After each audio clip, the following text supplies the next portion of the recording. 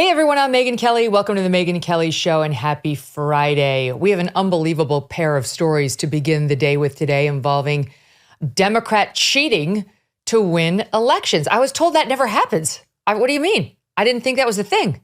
As it turns out, it's a thing.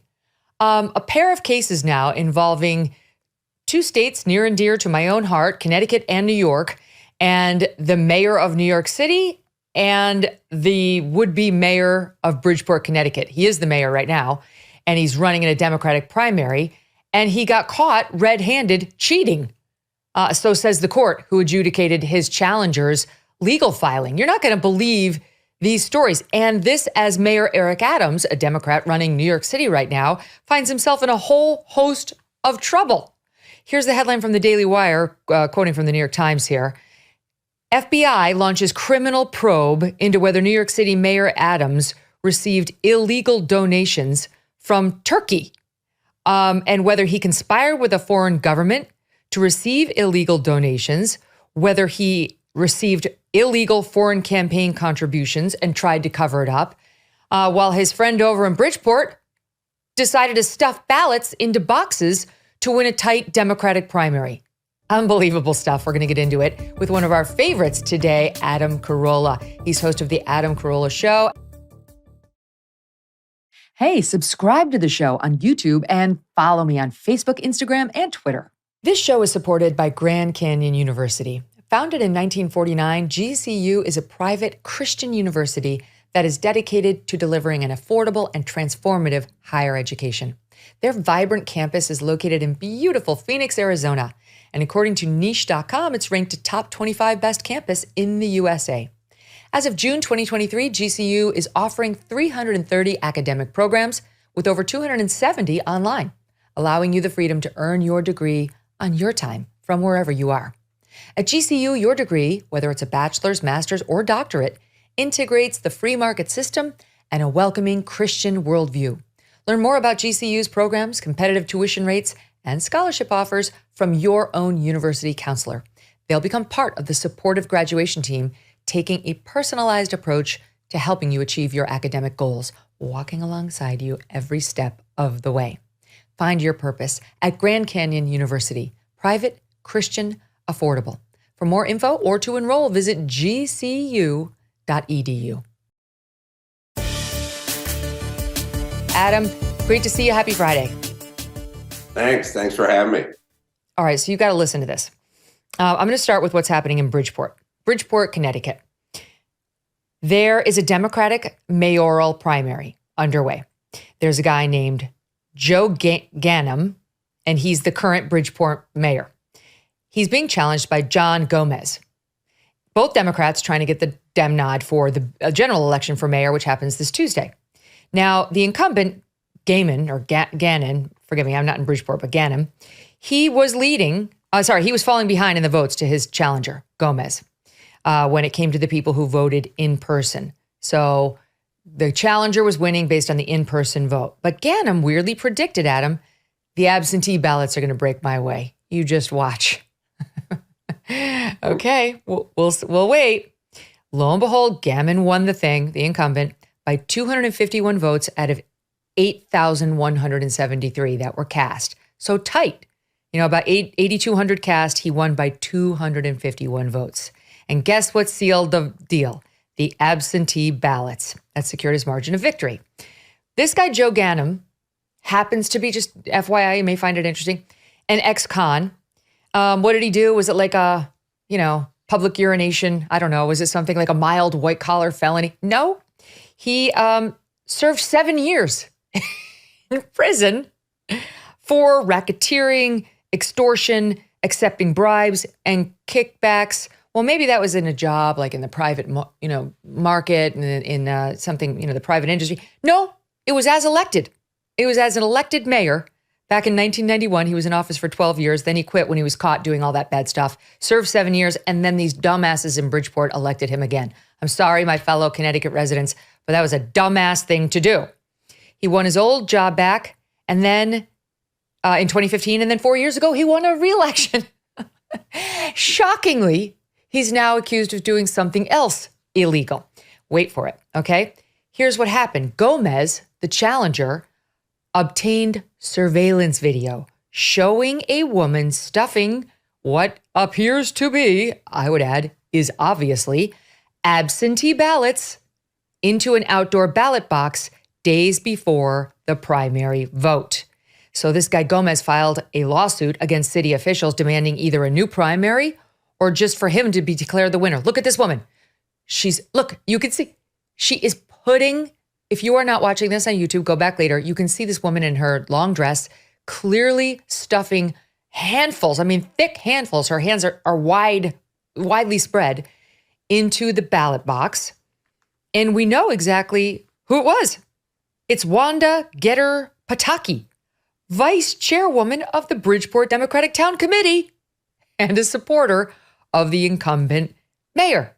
She was asked to testify in court about whether she did it, whether she supports this incumbent mayor, whether that's her on the tape. And guess what she did? 71 times, she pleaded the fifth. She pleaded the fifth about everything. She doesn't know anything. She now is on leave from her job as a city employee. Wanda Geter Pataki is seen as follows: stuffing ballots into the drop box first on the day of the primary at 5:42 a.m. That's when all above board conduct happens, as you know, Adam. If you're just going to innocently deposit your family members' ballots, you go at 5:42 a.m. Then she circles back at 5:43 a.m. 1 minute later and dumps more ballots off. There's so many in her hand, she had to go make 2 trips. Then, apparently not satisfied with that, 6:38 a.m., she comes back again. She drops a third set of ballots off in the same ballot box. And then 7:17 a.m., a fourth deposit, this time of ballots she had given to a man. And the man stuffs them in this ballot box. She wasn't the only one. These are the only ones we have on cam. Another woman named Inaida Martinez, a candidate for city council, also asserted her Fifth Amendment rights not to incriminate herself when she was asked whether she took custody of absentee ballots that did not belong to her. So they had a long hearing before Superior Court Judge William Clark, and Judge Clark just found, I think a day ago, that these call the results of the primary election into serious doubt. They leave the court unable to determine the legitimate result of the primary. The videos, quote, are shocking to the court and should be shocking to all parties. He cited statistics showing the abnormally large numbers of absentee ballots that had been cast in certain voting districts. So it was not just one, it was multiple. And now, as a result of all this, we're proceeding to the general election on Tuesday. The judge says that there should be a new primary, but the general is this Tuesday, Adam. And so these two guys, the accused cheater and the guy who got screwed, Gomez, are going to face off. Gomez is going to appear as an independent. Ghanem, the incumbent alleged cheater, is going to appear on the ticket as the Democratic nominee. And there's a Republican too, David Hertz, who will run. So if the guy who got screwed wins the mayoral race, he's going to abandon this whole thing.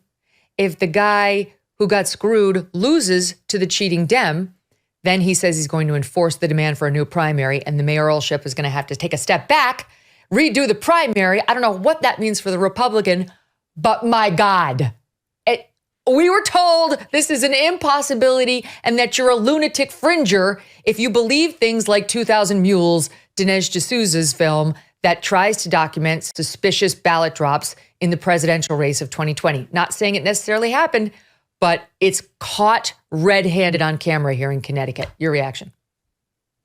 Well, we just need election day. It's insane that we spread it out. I'm in California.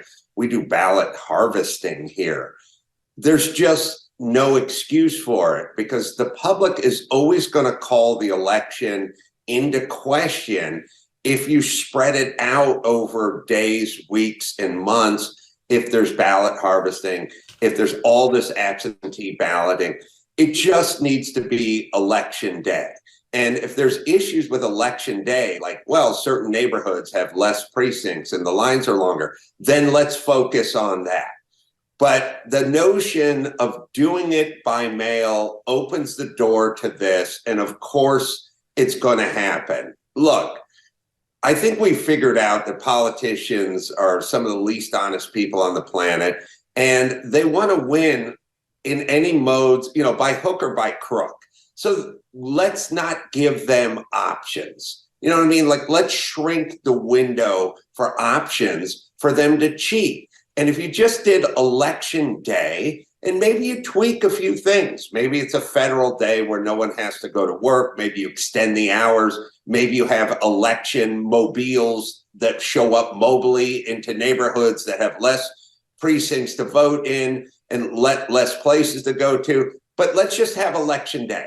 And then we could count the ballots that night, and we could all go to bed knowing who the president was or who the mayor was.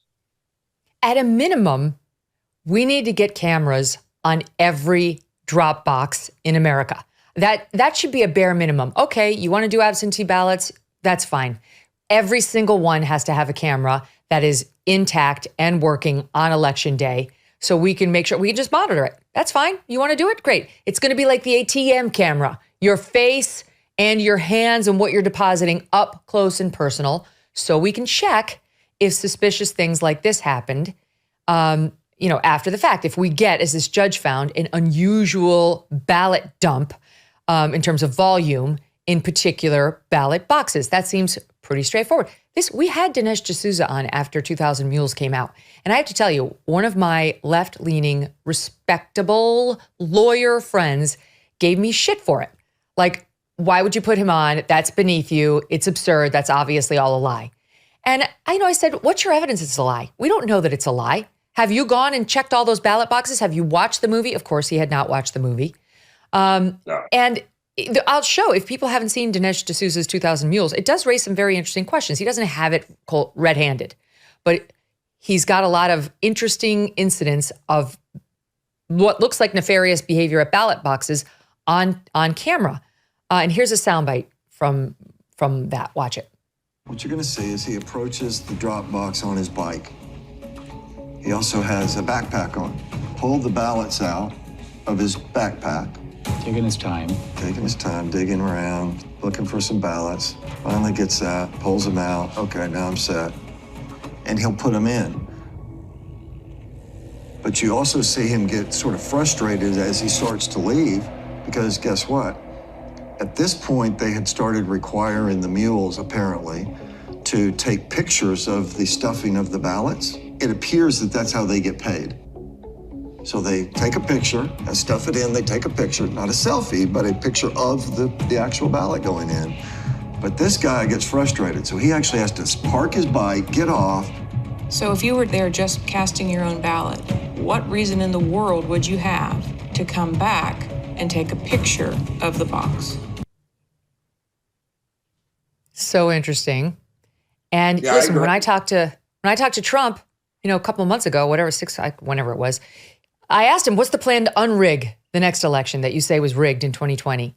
And he didn't really have one, Adam. And I don't think the Republicans have done all that much since 2020 to shore up election integrity at all. Well, let's just look at it from 10,000 feet. So, ballot harvesting or stuffing absentee ballots or mules or something like that.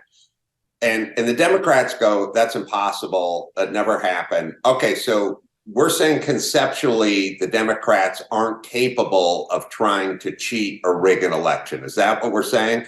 Because there's a Steele dossier and there's a whole Russian collusion, PP tape, FBI, go after Trump. Hillary Clinton's campaign came up with the Steele dossier and that entire narrative. So is she not capable of doing anything that's untoward or that could possibly cross over and over the threshold of being maybe illegal or tampering with the election? Hunter Biden's laptop, FBI had it months in advance. They knew it was real. You got every single one of those experts from the FBI and the CIA and the security experts, 51 of them, to sign a document that's saying it had all the earmarks of Russian collusion. So are you guys not capable of tampering with an election. You're just so above the fray that you would never lower yourself into doing this. Just let the people vote. We're not going to get involved. I think you've made it quite apparent that you're able to get involved and you're willing to get involved quite a bit. So ballot stuffing is just the sort of mechanical representation of what you're trying to do all the time anyway. I mean, lying, all of you taking the story down, controlling big tech, that's not election tampering. That's the digital version of election tampering. This is just a physical manifestation of it. But of course, if you'd engage in one, you'd happily engage in the other. Right. Why is that such a difficult thing to imagine? And for, honestly, the Republicans to start actively working to plot against. I think we're all in the same position as we stand a year out from the next presidential election that we were 3 years ago. Very little has changed, and there doesn't seem to be a plan to change much between now and then. So hope you liked the results of the last election, because you're probably going to get a lot more just like it. Here is the Mayor Adams story, which is not no bueno for him. Let me give you the background. He showed up yesterday in New York City, right? It was yesterday, I think. Sorry, in D.C. He had an urgent meeting with President Biden yesterday with and some other mayors who are pissed off about the influx of illegal immigrants in their cities. New York, Chicago, L.A., Denver, Houston mayors all meeting. Of course, what do they want? More security at the border? No. They want more federal money to handle the migrants, and they want expedited approval for the illegal migrants to begin working in their cities. This is so ridiculous. I mean, not for nothing, and I realize this is like a rich person's problem, but I was talking to my housekeeper, who I love. She's been with me for 13 years. And she came to this country legally. She got a green card. She's been working legally ever since. Her husband needed help getting a green card. It took them months and months and months and months. I mean, years. It took them so much money to get him his green card. I helped them out too. It's like this poor guy was trying to jump through the proper hoops so he could work here in the country legally. And now he can. But my point is, they look at this like, what is this bullshit? These people came in illegally. They didn't check any of the boxes. And now you got all these mayors working to expedite their working permits. They get rewarded for breaking the law and not doing it the way, people who did it the right way did. It's enraging, and it's incentivizing to bad behavior. Well, also, in terms of solving a problem, look at it this way. You have this porous border, and you have all these illegals pouring through the porous border, and then they're getting shipped to Chicago, New York, and Houston, and places that are progressive now, who were sanctuary cities, except for not so much. It's all talk. But now they want to know what to do with these people. They need more money for housing and social services, schooling, medical, so on and so forth. But essentially what those mayors are saying is we have a leaky ship. Our ship is taking on water. The Republicans are saying we need to patch the side of the ship to stop the water from coming in. That's where it's emanating from. That's where it's coming from. Let's patch it. It's easier to patch it. And the Democrats are saying we need more bilge pumps to pump the water out once it enters the hull of the Yes. ship. Yeah. And I'm saying, why don't we just patch the side of the ship? And they're going, there's a gaping hole. We need to spend 20 times as much with pumps to pump the water back out. That's basically what we're dealing with. It makes perfect sense. So this is amazing. So there they are in D.C., and they're going to meet. And they're asking for an additional $5 billion in federal funding to help manage the crisis. That's more than even, for the bilge pump. And that's more than Joe Biden even proposed. He wants $60 billion for Ukraine. He wants $14.5 billion for Israel. And he wants $4 billion to secure our border. $4 billion, and not even to secure our border. It's basically for more staff to process the asylum claims. So these guys want $5 billion, these mayors, to help the illegals get jobs and get settled in their cities. And they also want to speed up the adjudication of asylum claims. No one's talking about actually patching up the ship. So there he is. And by the way, just not for nothing, but September 2023 was the highest monthly total ever of illegals crossing the southern border. 270,000. When I was at Fox, which was only, 7 years ago or so, if they hit 100,000 in migrant crossings, illegal crossings on the southern border in a month, it was huge. It was 100% going to be our lead that night. It was a huge number. 270,000 last month alone, September alone. All right, so here's where I get to Mayor Adams. National Review. Okay, weird twist to Adams' planned visit to D.C. That's my staff's note to me. Eric Adams cancels White House migrant crisis meetings as FBI raids his top fundraisers home. You can't make this shit up. All right, so here's his story now. He was in D.C. for a series of meetings, and then he had to abruptly cancel all of those appointments and return to New York City after the FBI raided the home of Brianna Suggs, a close associate and chief fundraiser of the mayor's.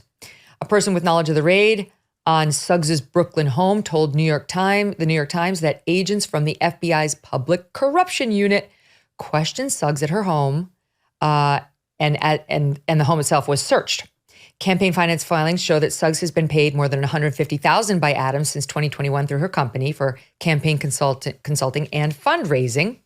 The neighbor said, "I heard screaming inside the apartment. I heard helicopters as the FBI were searching." That's a big deal. They don't show up with helicopters if you haven't paid your taxes on time.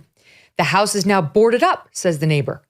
Suggs, a registered lobbyist, was paid by a real estate firm to lobby the mayor's office and the New York City Council in 2022. She worked as an aide to Adams when he was Brooklyn Borough president before he became mayor. And then the mayor's spokesperson, when asked about Adams' sudden departure from the Capitol, said, it was unrelated to the raid of his chief fundraiser. Quote, "The mayor is returning to New York City to address a matter." Wow. He needs to address a matter, but definitely not that matter. So let me just give you the back piece of it, and then I'll give it to you. Now the follow-up here. New York Times reporting today that this is a criminal public corruption investigation into whether his 2021 election campaign conspired with a foreign government, specifically Turkey, to receive illegal donations. The Times obtained a copy of the search warrant that the FBI used when it raided his top fundraiser's home, Brianna Suggs' home. And the investigation focused on whether the campaign conspired with the Turkish government to receive illegal campaign contributions to get Mayor Adams into office. The FBI seized multiple iPhones and laptops from her house, including numerous documents and other pieces of evidence, including a folder labeled Eric Adams and several contribution card binders. Adams has not yet been accused directly of any wrongdoing, but he did immediately cancel all the meetings, as I mentioned. So this is bad. The concentric circles of law enforcement are zeroing in. And let me tell you, they don't start with the mayor on an investigation like this. They start with the outside circle and they get closer and closer to him. So that is the other matter, undoubtedly, that he came back for. And it stinks to high heaven. Adam, it stinks. You and I, we're sitting here like a bunch of chumps thinking we can trust the electoral process somewhat, thinking, the guy, I may not be my choice, but he won fair and square. He's in office. Bullshit. This guy may have been taking illegal campaign donations to get the office. The other guy in Bridgeport, Connecticut's out there stuffing ballot boxes, so says his opponent, and the judge finds there's enough evidence for a new election. It's how widespread is it? How bad can we even possibly imagine this might be? Well, I was just sitting here thinking about a New York Post headline for this story, and I think Jive Turkey would be a pretty good headline for this one.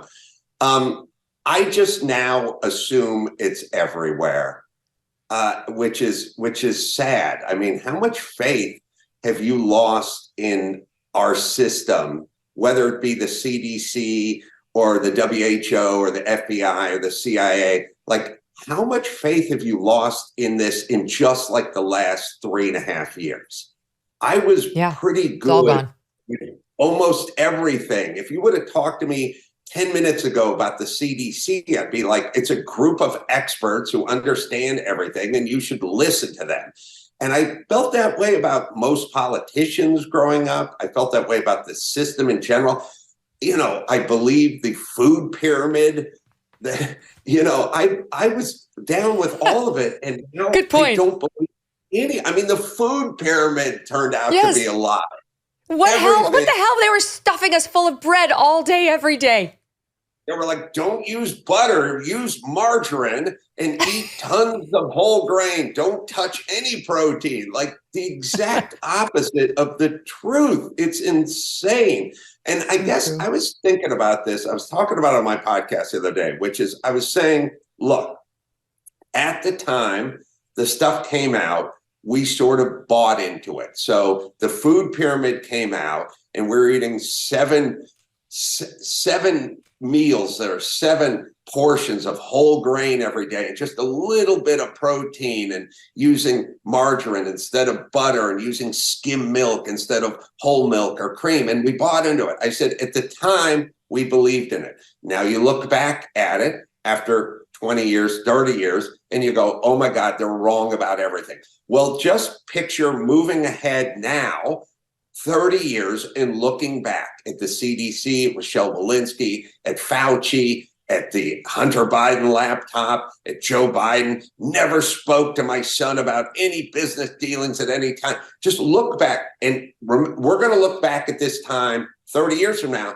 like we look at the food pyramid now, which is, oh my God, what were they thinking? They were wrong about everything, and they lied about everything. Yes, I saw you. You were upset about Nancy Pelosi's daughter, right? Explaining why there's such a divide in the country and how the right half of the country is utterly confused and what they really need to do to better educate themselves. Yes. Yeah. I was watching her on Mar a couple of weeks ago. But it's not just her. It's a sort of common refrain from the more moderate Democrats, where they go, look, the people who disagree with us, they're not bad people. They're hardworking, they're family oriented, maybe they're God-fearing, they're patriotic. They're not bad people. They just get fed all this erroneous information. And what they're kind of saying is they're not sophisticated. They don't have college degrees. They're not as smart as we are. And they buy into all these lies. And all we need to do is get them off of their sources of information. They never really say exactly what it is. They're never specific, because you could shoot holes in that. They just explain. And it's inferred that people like you or Tucker Carlson or Fox News or Ben Shapiro, or even people like me, Joe Rogan, whomever, we may be the people that are peddling these lies. And they go, if we could just move them over from this stream of sort of right-wing provocateurs, then they could get the real information, and then they would join us. But if you go back just 15 minutes and you look at what the information was, they got it all wrong. They got it all wrong about Hunter Biden's laptop. They got it all wrong about everything. COVID, shut the schools, shut the beaches in California, shut the play schools, shut the yards, the playgrounds, shut everything down. They got all that wrong. They got everything wrong about the vaccine. At least everything they claimed about the vaccine was wrong. They literally got everything wrong, either by being stupid or by lying. And now, after getting everything wrong, and it could be everything from COVID to, Kyle Rittenhouse. Oh, he was a racist who went to Wisconsin to kill, or the Covington Catholic boy, or George Floyd was murdered. Smollett. Jussie Smollett. They get everything wrong, and then they have the balls to look into a camera and go, if you just start listening to us, then we could guide you toward the truth. It's insane. It's like some fat nutritionist going, if you just look at the food pyramid, then you'd understand. It's like, no, you were wrong. Just apologize. And by the way, it's insulting for me to go, oh, so if I just watch MSNBC, then I would get everything right about COVID, and I would get everything right about Hunter Biden's laptop, and I'd get everything right about Jussie Smollett, or any racial incident that involved a cop and a person of color. So I'll just watch MSNBC. and I'll know everything. Oh, what about the hospital that was bombed by Israel? Remember when Israel fired rockets into that hospital and killed 500 people in the hospital? I should have got my information from you, MSNBC. So that's what she's saying. And basically, I realize everything is projection. Everything is projection now. She's literally watching and getting her news from entities that are brainwashing her. And she's saying, come on over and be brainwashed with me. Well, continuing with the theme of Democrats embarrassing themselves and cheating inappropriately to get what they want, Sam Bankman-Fried was found guilty by a jury last night. Not a surprise. We've been covering the trial a bit here on the show, but he was found guilty of fraud and conspiracy to commit fraud, 7 counts in all. He reportedly did not show much emotion. His parents looked distraught. It only took the jury of 9 women and 3 men 4 hours of deliberation on Thursday to reach their verdict. They knew what he had done. It was very clear. The crushing testimony included his ex-girlfriend and the head of his related investment fund, Alameda, which was supposed to be making investments with people's money, but instead they were hemorrhaging dough, and they, quote, borrowed money from Sam Bankman-Fried's crypto currency line, his exchange, FTX, to cover their losses, which is a hard no-no. And Caroline Ellison, who ran the investment firm, testified to it all. She testified, I felt this sense of relief when he had been caught, that I didn't have to lie anymore, and that I could start taking responsibility, even though I felt indescribably bad. 3 days on the witness stand. 2 other top executives on the stand saying similar things about him. It was very clear that they were committing a fraud, and they knew it. They knew it. They knew what they were doing was totally illegal. 1 year ago, Adam, he was worth, 1 year ago, think about this, he was worth more than $20 billion, and the absolute darling of the left because he was donating to all of their favorite causes. Here's from Grabian, a mashup of some of what was being said about the guy just a bit over a year ago. Sam Bankman-Fried is really becoming the industry's lifeline during a crisis lately. I'm fascinated, endlessly fascinated with Sam Bankman-Fried's role in all of this. You've been now described as the JP Morgan, if you will, of the crypto business. A lot of people have called you the savior of crypto, the patron saint of crypto. The Michael Jordan of crypto, if you will. Sam Bankman-Fried. Oh, God. Sam Bankman-Fried, the JP Morgan of Fried. SBF, JPM. Do you know SBF? I think it's cool that the guy has just initials, SBF. Some on Twitter calling him the hero right now of the industry. There's comparisons to Warren Buffett back in the financial crisis. Well, he's going to be going to prison for a very long time. He faces over 110 years based on these felonies, but under the federal sentencing guideline, according to most former federal prosecutors, could be actually sentenced, it'll happen in March, from anywhere to 10 to 15 to 30 to 40 years in prison. I mean, he's facing serious prison time now in the federal system. It's not going to be pleasant, and he will file an appeal, but it does not look likely he's going to get out of it. You know who Sam Bankman-Fried may be the Democrats' darling who's going to prison, but second and third are Michael Avenatti and Harvey Weinstein. Those are the 2 other guys that they put up on a pedestal, whose ass they kiss the most. You remember Michael Avenatti when he was going on The View? Oh, I wonder if he's single. They're such idiots. First off, they always talk about the rich need to pay their fair share. This guy's all about the money. They're all about the money. They suck up to any money. And they always get the character wrong of these people. I mean, literally, Sam Bankman-Fried, Michael Avenatti, and Weinstein, all in prison.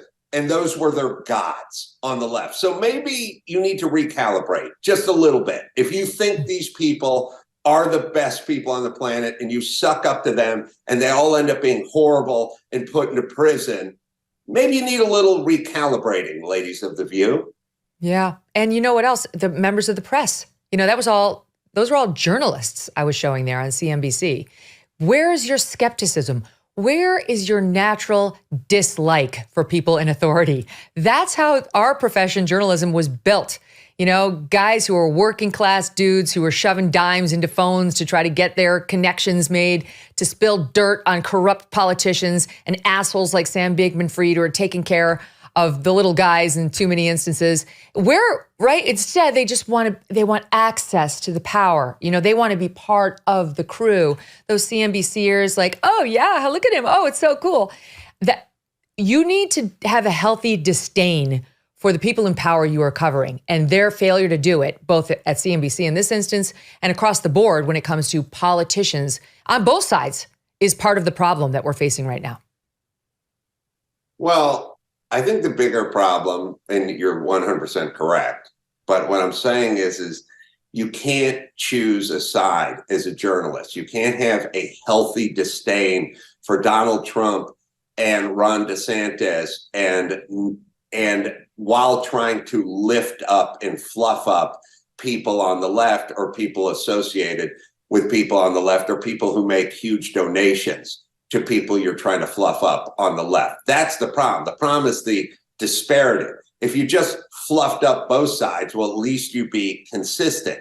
But what you're doing is calling yourself a journalist and attacking one side and turning a blind eye, or worse, to the other side. So you're basically saying what we just got done seeing as as far as journalists goes, is 4 years of them attacking Trump for Russian collusion, and then 3 years of them turning a blind eye to Joe Biden's collusion with the same players, essentially. So you're saying one does exist, except for it didn't exist, and the other doesn't exist, except for it does exist.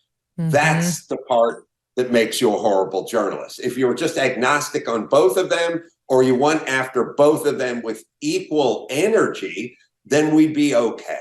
But you don't do that. You protect one, you attack another. That's the time we're living in. More with Adam Carolla after this quick break. He's with us for the show today. Don't go away. The brand new Genucel 3 is finally here. It can make your bags and puffiness disappear, along with dark circles, fine lines, crow's feet, and it can firm up your eye contour area. And for the longevity of your skin, this is the first Genucel to provide instant hydrating minerals, so it feels just like a facial at the spa. The new Genucel 3 is included in the Genucel Fall Classics package at a crazy introductory rate.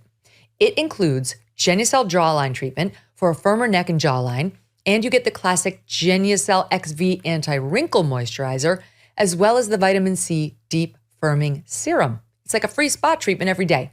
If you do not look 10 years younger and get compliments everywhere you go, Genucel will give you your money back. Go to Genucel.com/MK60 for deep discounts on this amazing fall package, or just call 800-SKIN-211 now. And for results in 12 hours or less, the immediate effects product is included free. Get ready now for your big Thanksgiving get-together. Go to Genucel.com/MK60 right now, or call 800-SKIN-211. GENUCEL.com/MK60. Adam, Ron DeSantis in the news for a very weird reason. We talked about it yesterday because, to be honest, I just kind of needed a break from the darkness of the news these past few weeks. And it's a fun, silly story about whether he has secret lifts in his boots. And there's a follow-up, believe it or not, to this segment that we did. It wasn't our original segment. It was all over. Trump put it out there. And then Politico did a big write-up, hiring a fashion writer to actually do the article. And then he brought in 3 boot experts from across the United States to analyze DeSantis's boots. And why do they? If you look at the boots, here's my hand, they kind of turn up at the end, like where the toe is, suggesting that there's no toe in there. Because why? Because his foot is actually like this inside the boot, like upward, the way a woman's heel would be on a pump. And he's doing this because he's reportedly shorter than the 5'11" he claims, and he wants to look 5'11". So in addition to the 2-inch heel he has on the actual boot, you can see from the outside, there's a secret lift from the inside. I'll give you, just in case you weren't watching, a flavor of how this has been going down in the media. Will Cain, who we love over from Fox News, he did a bit on DeSantis's boots, and he's a DeSantis fan, but here's what he said on it in SOT 25. And this one is about a 1 1/4 inch heel. Ron DeSantis' external heel looks a little bit bigger than this heel. That's fine. You want a little bit higher external heel? That's fine. The question is he got a lift inside designed to give him another 2 inches so that, again, if you're listening instead of watching, I'm drawing a line, a diagonal line from where the heel of the boot meets the instep up towards the back of the heel, right? To lift you up another couple of inches. Your big toe knuckle, it should hit about right here. DeSantis's looks like it's hitting about back here. Way back about the middle of the boot. Not the right place for a knuckle unless you were lifting it up into an extreme diagonal. Ron DeSantis' toes aren't going up toward the front of his boot. And they're not because he's lifting it up at an extreme diagonal from an internal lift. Verdict, yes, Ron DeSantis is wearing lifts. Okay, so that's his take on it. I'll show you the boots. We'll show you the video where he's walking a little strange, V7, where he's like walking across the stage. It doesn't look like a normal walk, Adam. I'm going to be honest. I don't know men who walk like this. I like Ron DeSantis, but it's a weird, can we see this? Yeah, look, it's just sort of an odd little, I'm not sure what's happening there. It does look a little bit like a woman who's learning how to walk on heels. I'm not going to lie, like the governor, would vote for him, but something going on there. And then Josh Holmes of the Ruthless podcast was here yesterday with Tom Bevan of Real Clear Politics. And Josh Holmes, who's a political consultant, his day job is to like advise people on how to get elected, Republicans. And here's, because DeSantis originally said something like, this is a ridiculous controversy. This paper, Politico, or whoever's writing about this isn't worth anything other than like birdcage liner. He was a little bit more articulate than that in their defense.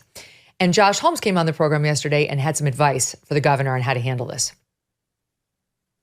And one of the reasons I've been sort of bearish on where DeSantis's campaign is with an awful lot of this stuff is that they have some sensitivity to doing that back, certainly to Donald Trump.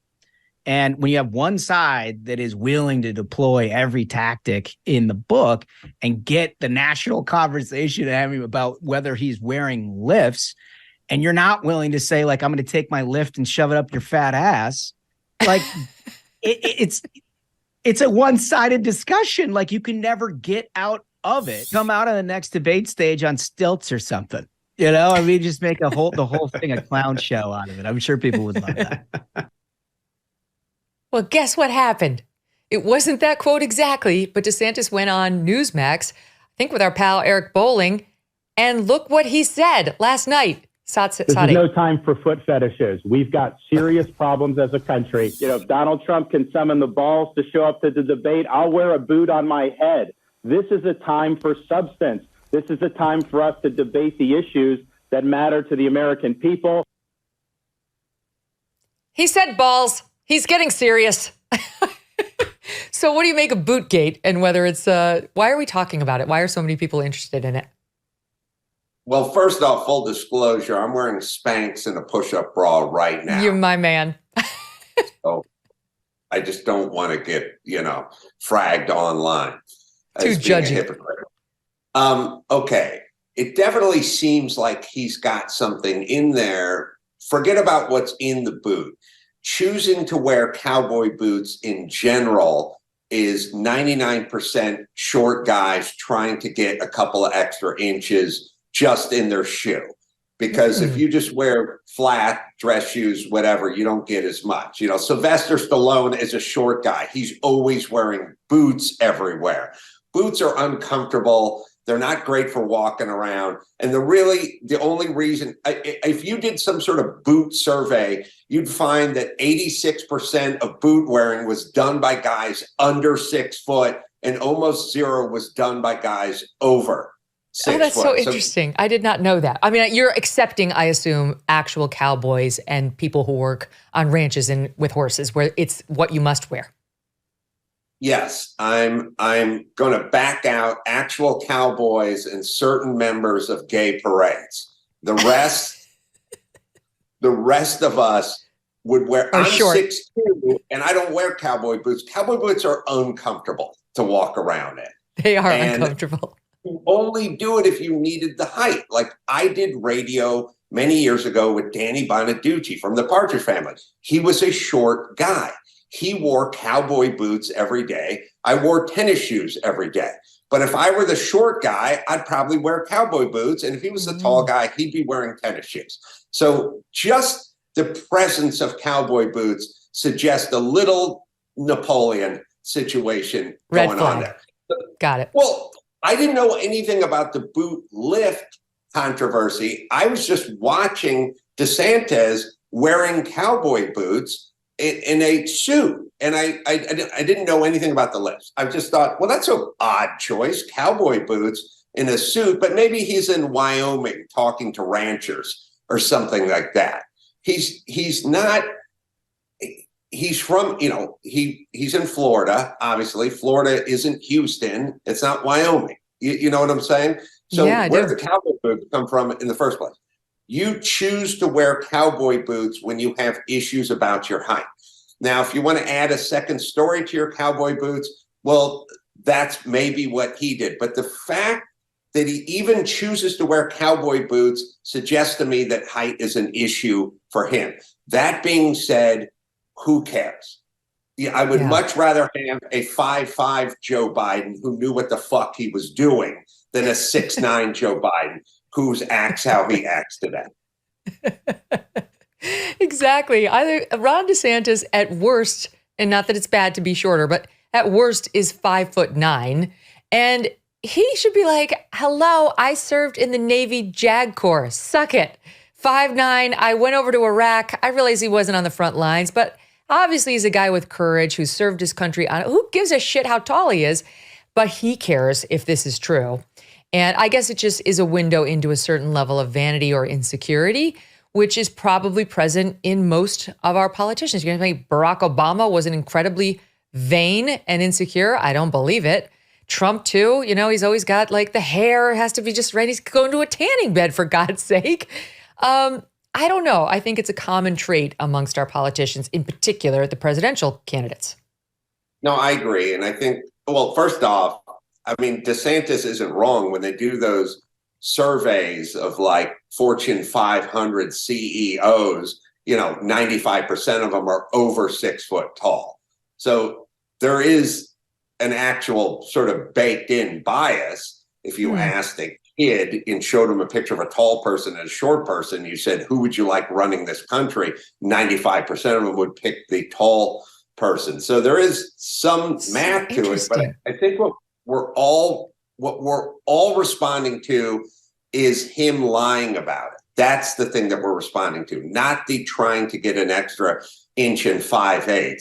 It's more like, are you trying to fool us and are you trying to deceive us? Because we're just coming off a guy, certainly in Biden, Hillary Clinton, and a lot of people think this way about Trump, where they were trying to deceive us for the last X amount of years. I wonder if, I'm sure somebody has asked Trump whether he goes in the tanning bed, regularly. He clearly does. But I wonder if somebody's asked him. Maybe we can Google it. I will tell you, I sat across from Trump in 2010 and asked him directly, is that a comb over? Is your hair a comb over? Is it a bald spot? And he's like, no, it's all real. And he offered for me to feel his hair and mess it up and stick my hands inside the hair, which I did. We'll lay the tape in later. I did. I stuck my hand right up in there, Adam, and it was all real, and it was not a comb over. It was legit. Ron DeSantis had an opportunity to say, F this bootgate thing. I'm taking off my boot right now. Look inside my boot. Nothing in there. No lift. Nothing but a regular soled bottom. But I think what we're learning here is that men do with their height what women do with their weight or their age, right? Falsely play with the numbers to make themselves feel or sound better. Well, I would also say, Megyn, with all due respect, you don't have to ask a guy in Donald Trump who plays 70 rounds of golf a day in Florida if he goes to a tanning salon. But he maintains it year round, Adam, even in New York, where it is gray for 9 months of the year. Okay. Well, true. Look, it's got to be spray on at this point, is what. Yes, it could be spray on. I've done the spray on. The spray on does look a little orange, like Trump is famous or infamous for being. Spray on is self tan always goes wrong. That's what Doug always says. He'll be like, "What's that huge streak on you?" And I'll say, self-tan gone wrong. And he'll say, does self-tan ever go right? And I say, not really, no, but sometimes you got to have a little color to your skin, especially in those summer months. I'm glad that we're covering all the important news of the day. To you and Doug, when self-tan goes right, you don't know it. You know what I mean? It's not apparent. It's like guys who think they have gaydar. I can tell when someone's gay. Well, you can tell the ones you can tell, but you don't know the other 10 guys. It's like at the border, like the getaways. Like we captured 200 tons of fentanyl this year. That's great. Now, how much got through? Wait, now hold that thought, because I really want to hear how your gaydar works right after these messages. Don't go away. Well, like many folks, I am trying, it's so hard sometimes, but I'm trying to eat healthier these days. And that is why I love good olive oil. It makes such a difference if it is good. And by good, I mean fresh. So olive oil packs the most flavor and the most nutrients and the healthiest stuff when it's fresh from the farm. That's the problem with supermarket olive oils. They're not fresh. They can sit on the shelf for many months growing stale. This is why I like my olive oil direct from small, award-winning farms, thanks to a guy named TJ Robinson, also known as the olive oil hunter. When I tasted TJ's farm fresh oils, I fell in love with their vibrant, grassy, delicious flavors. They taste so good on salad, veggies, pasta, meat, fish, you name it. And as an introduction to his Fresh Pressed Olive Oil Club, TJ's willing to send you a full-sized bottle worth $39 of one of the world's finest artisanal olive oils for just $1 to help him cover shipping. Best of all, there's never a commitment to buy anything, and you can cancel your membership at any time. Get your free $39 bottle for just $1 in shipping and taste the difference freshness makes. Go to harvestfreshnow.com. That's harvestfreshnow.com for a free bottle and pay just $1 in shipping. harvestfreshnow.com. So, Adam, if you can spare a tear for Hunter Biden, now may be the time to do so.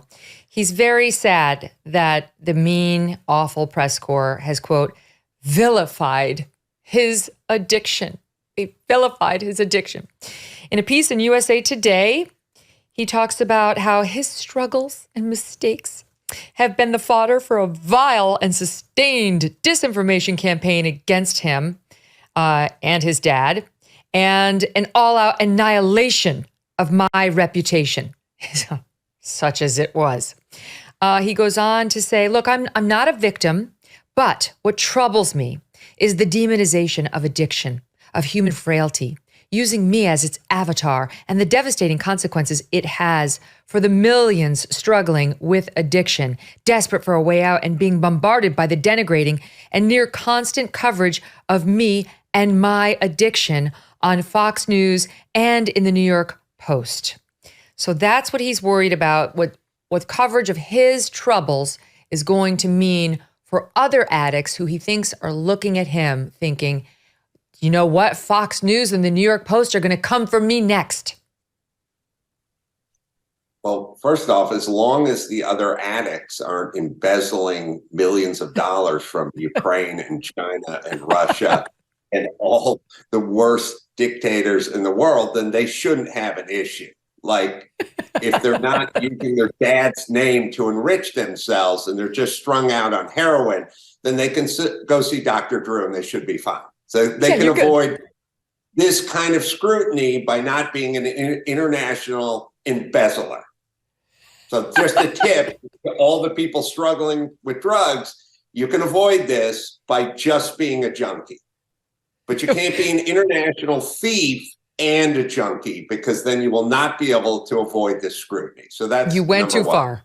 You went too far. Number two, he's okay. This is right out of the playbook. I have seen hours and hours and hours of coverage of Hunter Biden as it pertains to this issue. And every single commentator I've ever heard speak about it on Fox or beyond makes sure and is very careful to start with, he's an addict. I have sympathy for him. I have addicts in my family. This is not what we're talking about. We're talking about embezzling money. We're talking about pay for play. We're talking about 10% for the big guy.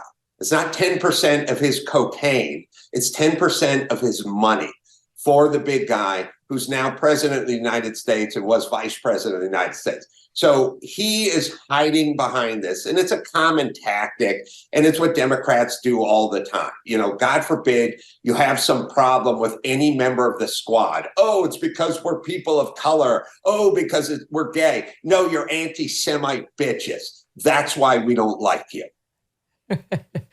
Right. That's what we're seeing time after time after time in this crazy reaction to Israel. I mean, have you been following the insanity on college campuses, these lunatics exposing themselves for the rabid anti-Semites they are?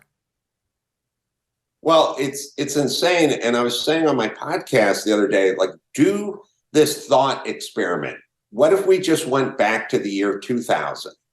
And I said there was a horrible event where Hamas came into Israel and butchered babies and raped people and slaughtered people and then took hostages back to their caves in Palestine. And then so some concerned college students and concerned citizens here in the US started putting pictures of those taken hostage, women, children, and posting them up in the town square or the student union or Brooklyn or Manhattan. And then a group of people showed up and started tearing down those pictures. Who would that group be? If you asked me that in the year 2000, who's the group who tore down the pictures of the missing children and the missing women who were abducted? I would go, the Klan. I guess the Klan? And you'd go, no, it wasn't the Klan. Oh, well, then some kind of right-wing Republican religious nut jobs or some Christians or something. No, it's progressive women from the left. I'd be like, what? Right. You got to be kidding. No way. No, these are 19 and 20-year-old left-leaning progressive women on the left, college students mainly. They're tearing down pictures of missing kids who are being tortured by Hamas right now. What are you talking about? No, this is the work of the Klan. No, this is progressive women. Well, and you're the perfect person to ask about this. You starred in the movie No Safe Spaces, made by our pal Mark Joseph, which I absolutely love, and was calling attention to the campus insanity years ago. We talked about this when we first launched the show with you guys. And we're all over these college campuses getting canceled and people having over the top reactions to your mere presence there. And those very same people seem to have zero problem with murdered babies, beheadings, rapes that led to torture and then murder. It's called resistance. You really need to contextualize it, is what we're hearing from them now. Well, what they won't admit, and I think there's a large populace in this country who just wants chaos. I really think they just want the opposite of whatever's right and whatever order would be, whatever your version of order. Like you go, can't we just have a robust border? Why can't we have a robust border? Oh, it's more complicated than that. It's not more complicated than that. They never give an alternative plan, right? It's just sort of chaos. It's just defund the police. Okay, and then do what? I don't know. They're sort of merchants of chaos. And it's essentially, I was talking to someone about this in the green room of a comedy club last night I was at. And I said, at a certain point, it just feels like the opposite of whatever a good civilization and a good citizen would do. And I said, it's as if I was at the supermarket and they had one of these big displays, a big pyramid of oranges. And somebody pulled one out and they all toppled down and fell on the floor. And so me and a couple other decent citizens started to pick them up and put them back on the shelf. And then these people started coming by and kicking the oranges and throwing them away. And you were saying, hold on, what are you doing? And they said, hey, I want order just like you do. And I went, oh, okay, well, then let's all work together to put these things back up on the shelf. And you kicked one again and went rolling underneath the counter and you threw one that way. And I was like, wait a minute, are you helping here? And they went, I want the same thing you want. But do you? Do you want order? Do you want these oranges back up on the shelf? And if you do, then why are you kicking them and throwing them the other direction and knocking them over every time I pile them back up on the shelf? At a certain point, I think you just want chaos. Yeah. This reminds me of a story happening out in California by you in LA, where a young woman was walking down the street and she got sexually assaulted. It was an obvious attempted rape of this woman in broad daylight. Absolutely disgusting. This is from CBS News and ABC7, where this woman is walking down a Long Beach, California sidewalk, and she's gone public, so we'll say her name because she's saying it publicly. Rebecca Peterson is her name. Look, we have the video. Look at this. This man comes up behind her. He's homeless. He's pulling down his pants, and he grabs her. He's exposed and tries to rub himself up against her. She falls over, and then this Good Samaritan there, this is so gross. We had to blur his crotch because, his unit is out. He's right before the sexual assault. So this Good Samaritan, Dan McIntyre, saw it happen. It was a 30-year-old perpetrator and a young woman, and ran over. He said the guy looked demon-possessed. He approached her from behind, lifted up her skirt, and rubbed his genitals against her, then shoved her to the ground. That guy, McIntyre, pulled out a canister of pepper spray, God bless, and then chased the perp away from the scene. It's bad enough we're seeing attempted rapes literally in broad daylight on the street as a woman's just walking. But what would happen in any sane city that wasn't committed to chaos? What would happen would be the police would go after him with the full measure of the law. Instead, the LA County District Attorney's Office reviewed the case and really didn't see any felony charges here. We're going to decline to file any felony charges whatsoever. And the victim was absolutely outraged. So she went to the city prosecutor's office. They took over and filed the maximum charge they were capable of doing within their jurisdiction was misdemeanor count of sexual battery. That's as much as they could do. Now those city prosecutors are going back again to the LA District Attorney's Office, George Gascon, saying, would you please reconsider charging this as a felony? It's on tape. You don't even have to take her word or the eyewitness's word for it, but it is chaos, Adam, just as you said. Yeah. Well, and also, how else could it go? And then also, if you really think about the mindset of the people that are doing this, first off, they are beaked out of their brains on drugs, or they're psychotic, or they're both. And obviously, it speaks to a bigger problem. I had Gavin Newsom on my podcast 10 years ago, and I told that idiot the biggest problem with the homelessness is drugs and mental issues. Those are the two biggest problems. And he said to me that homelessness was his key issue, and that literally, verbatim, I quote him, nobody cared more about the homeless issue than he did. And then he went to explain to me the real face of homelessness, the true face of homelessness. And you guys can look this up. It's on YouTube. It's easy to find. I've seen it. I'm not exaggerating.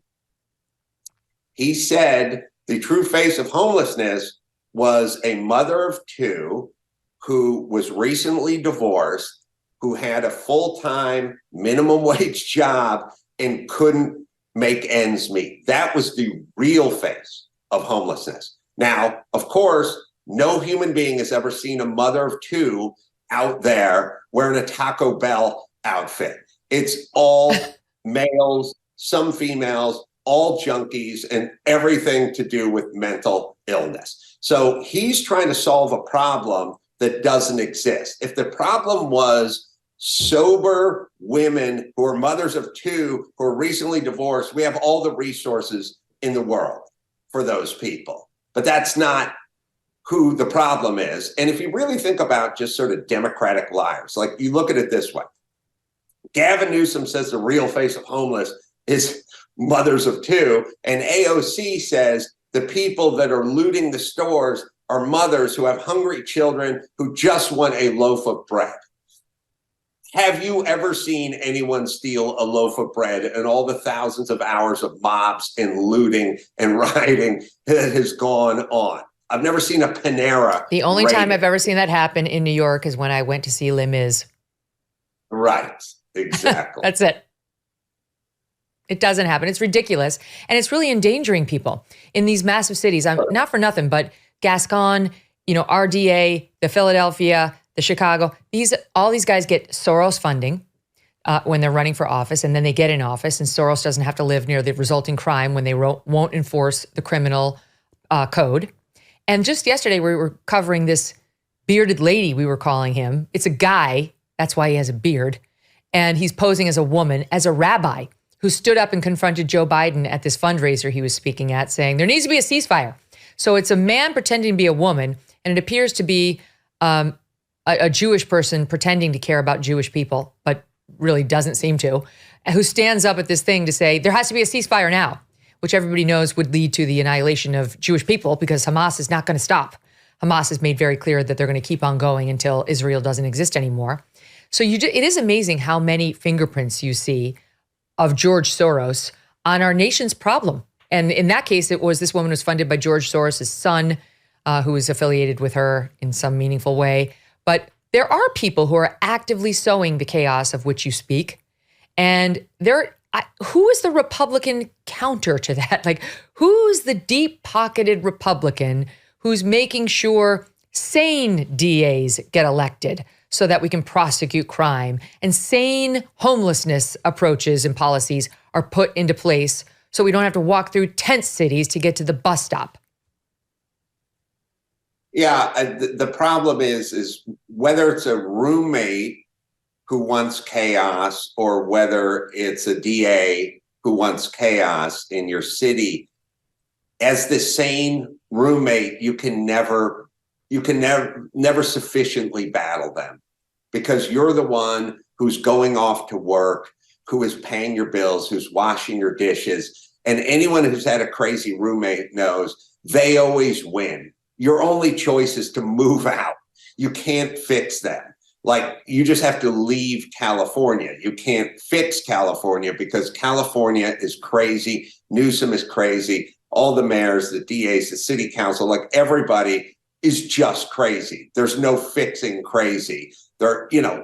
We have in LA, our legislator, they're blaming, when all the catalytic converters were being stolen, they blame Toyota for making it too easy to steal the catalytic converters, not the thieves that are stealing catalytic converters.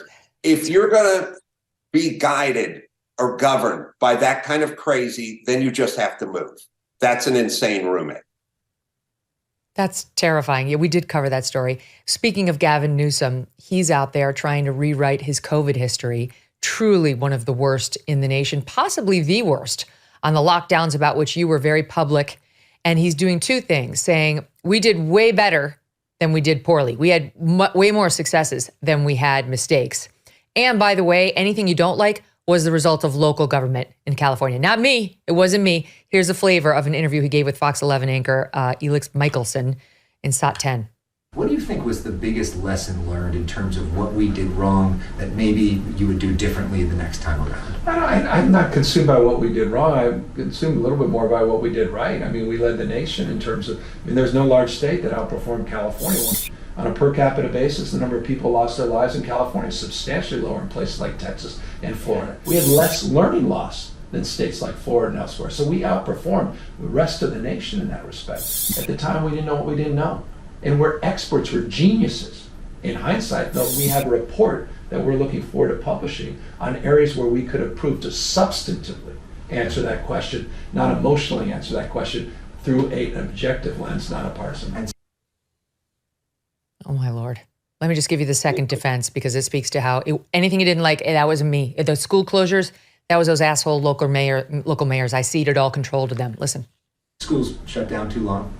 I mean, in certain parts of the state, they were open. Yeah. And that we gave local control.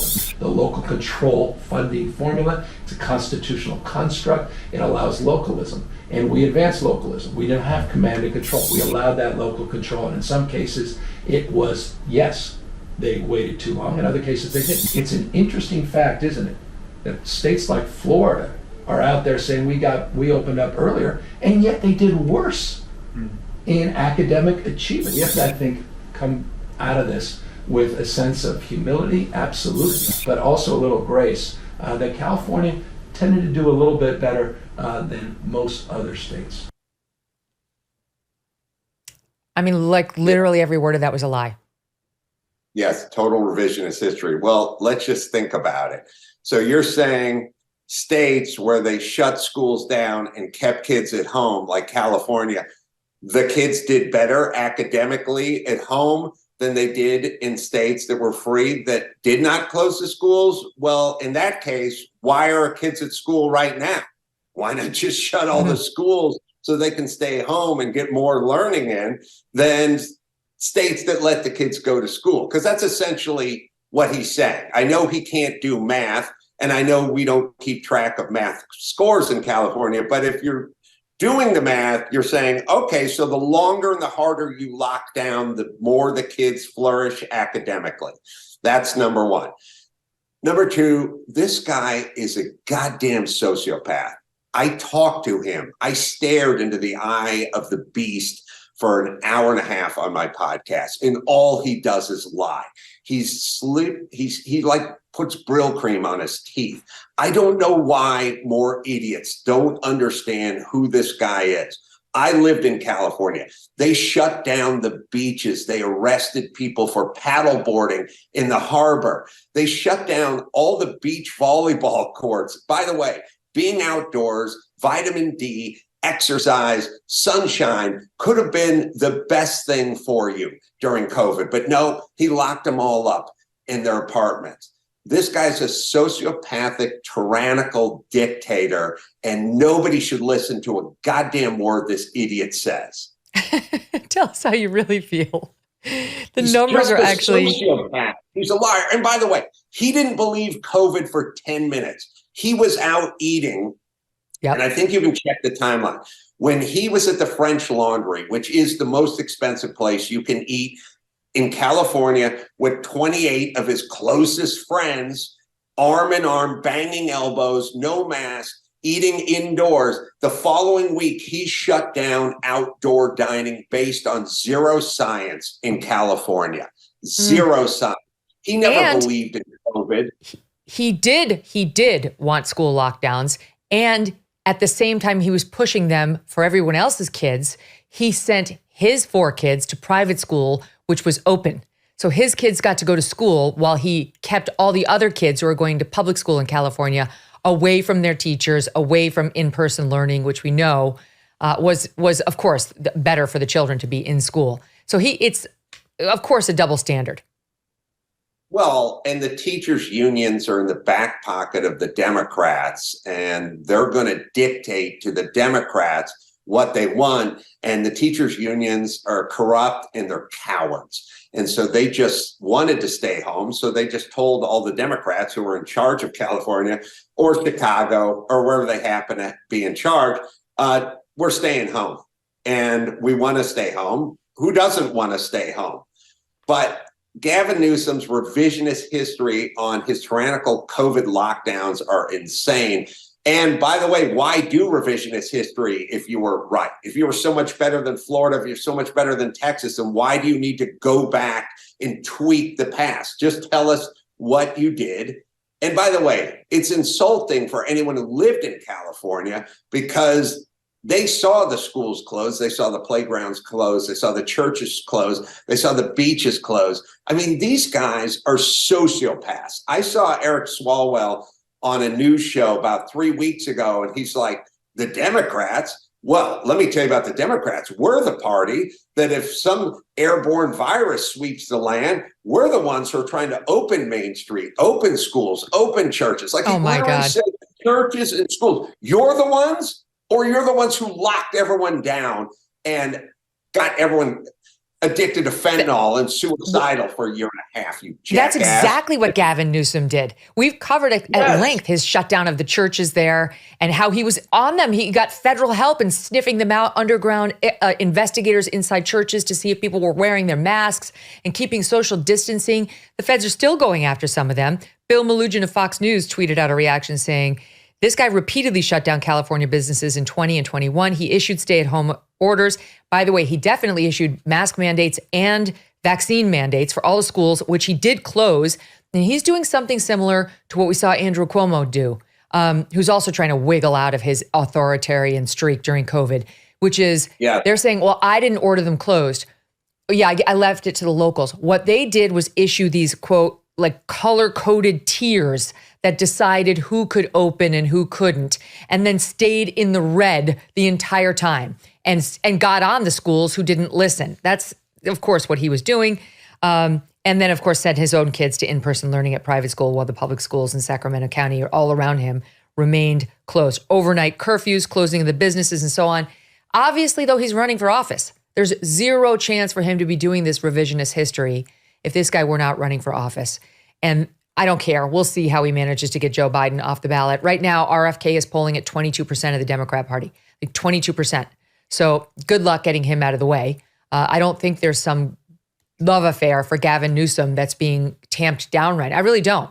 Maybe I'm crazy. Maybe they're more progressive than I realize. But I think, old school liberals are not in love with the crazy ass far left progressive policies that Gavin Newsom has forced on Californians. And once they get a close look at that guy, I think they'll go rushing to RFK, Jake. They'll rush anywhere other than Gavin Newsom. Maybe I'm wrong. What do you think? Well, I think COVID let us see everyone for who they were and what they wanted. The same way as Israel and Hamas and Palestine, we're now getting to see who people really are, if you know what I mean. Like we're going, oh my God, these people are really showing their hand.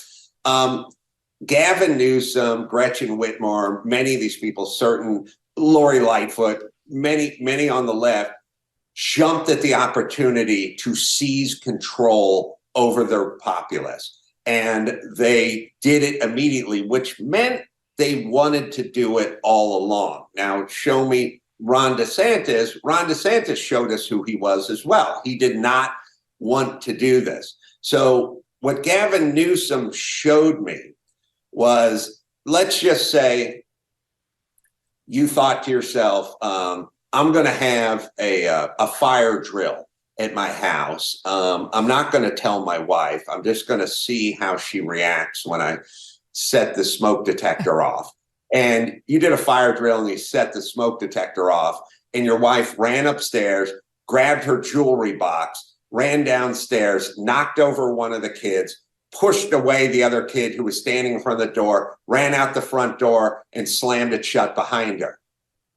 And then you thought, well, that was just a drill, but I at least know who this woman is now. I learned something. She didn't gather the kids together. She didn't say, you go first, I'll stay here. She didn't run for the box of baking soda or the fire extinguisher. I got to see who she was. And COVID was a fire drill for Gavin Newsom. I get to see who this jackass is. His first impulse is to shut everything down. And by the way, he'll go to SoFi Stadium, take a picture with Magic Johnson and not wear a mask. That's no problem. But he'd like you arrested if you don't wear your mask. Okay, I got to see who he is. Exactly right. And in his state, one of the other lunacies they're pursuing, your state too, is this idea of reparations, which they're still pushing in San Francisco and statewide.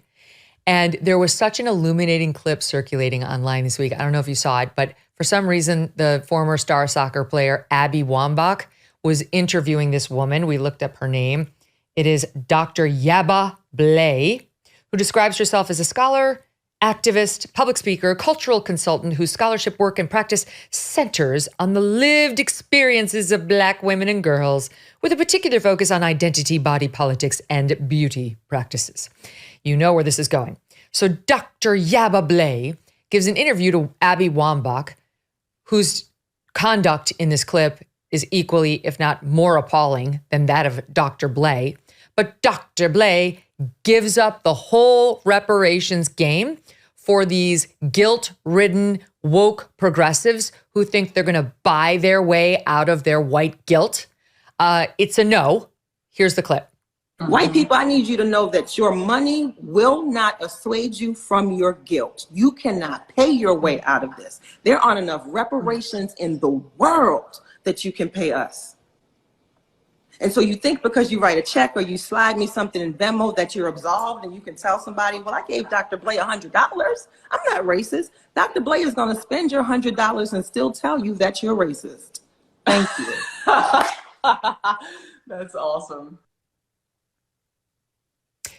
We don't feel guilty, and we're not giving you any money, Dr. Blay. Go out and earn it yourself. Take care.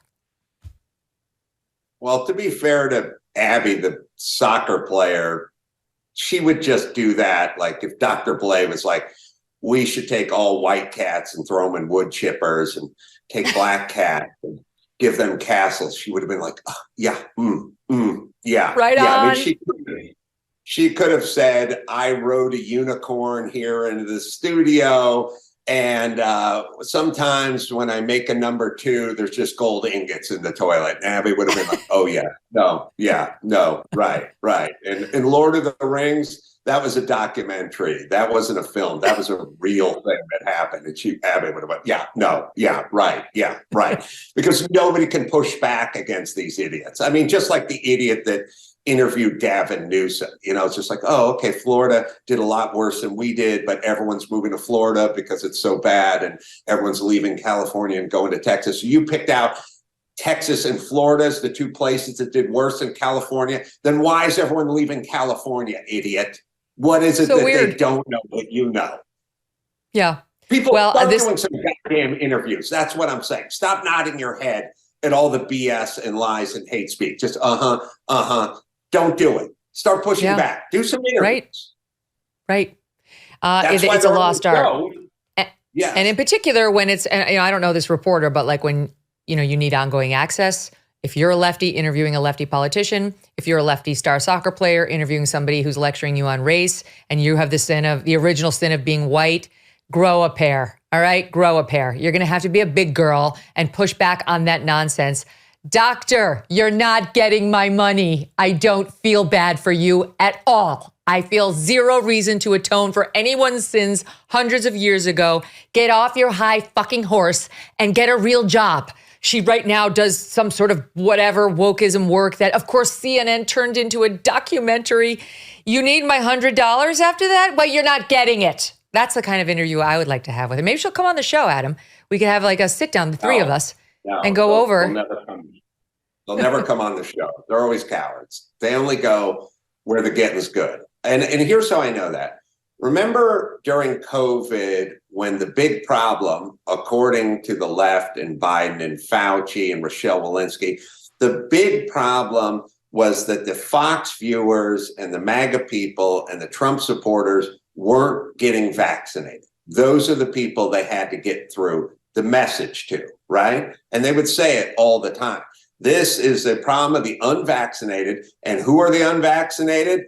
They are the people who watch Fox News, right? Okay. Well, then Fauci, why are you going on MSNBC for 55th time this month? Why are you talking to Rachel Maddow for the 28th day in a row? Why don't you head over to Fox? The number 1 show on Fox was at the time, Tucker Carlson, Sean Hannity. They outrate all of these shows on CNN and MSNBC. Why not just head over there and get the message out over there to a bigger audience who is the audience that you've decided is not being vaccinated? When you go on Joy Reid's show, you're talking to a bunch of triple vaccinated idiots. Why not head over to Fox where all the people aren't being vaccinated and talk to their flock? But did he ever show up on Fox? No. Why not? Well, he's a man of science. He is the science. So go ahead, Mr. Science, go on Fox, because he'd be picked apart and there'd be scrutiny and people to ask questions. And he doesn't want to do that. And he's a coward. That's why he never went there, because if he didn't have any of those other facets at play, if there weren't any other thing, this isn't a vacuum. You just say to Fauci, would you like to go on a highly rated network or a lowly rated network? He would go, I'll go on the high rated network. And would you like to talk to the most people who are unvaccinated or people who have already been vaccinated? And he would go, well, of course, I'd like to talk to the unvaccinated. I want to make my case. Well, then go on Fox. Never showed up on Fox. Why? Right. If memory serves, he went on Cavuto once or twice, but that's like, with respect to Neil, one of the lowest rated shows they have, and they weren't particularly challenging, and it was a very different interview than he would have gotten from any of the primetime hosts. If he's so smart, why can't he take it? Why couldn't he do it? And we all know the answer. Same reason Dr. What's-her-name is never going to come on here. He's lying. Listen to me. I have an expertise. I have an expertise in carpentry. That was my business. That's my field of expertise. If you'd like me to come on your show and we're going to debate carpentry, I would say, fine, bring it on. That's my field of expertise. But what about unfair questions or not getting a fair shake or being ambushed? I'd be like, you can't ambush me. I'm a journeyman carpenter. We can talk about all things carpentry. How would you ambush me? And I would say the same about Fauci. You are the science. You're an epidemiologist. You've been doing this for 50 years. How could you be torpedoed or ambushed by Sean Hannity? I totally agree with this. I've said this before. We asked Fauci many times to come on this show, and we were rejected. Like I could ever know the amount he knows about virology, though I would be prepared. And he knows that, right? So he's afraid. But I'll put it in terms that the average person at home can understand. I always say this: if you're going to go public speak about something, or you're going to get interviewed about something, make yourself an expert, and then the nerves go away. Because there's nothing, as you're pointing out, the person can ask you that you're worried about. Think about your son. Think about your daughter. If somebody wanted to interview about them, you'd be on fire. You'd know everything about them. There's nothing the interviewer knows that you don't know. It would be a spicy, fun interview, and you'd feel totally relaxed doing it. It's only when you haven't done your homework that you feel uncomfortable, or when you're being dishonest, which was Fauci's whole game. I got to take a quick break. We have got to get to the woman on the plane who had the meltdown, allegedly about a lizard person. That was my theory.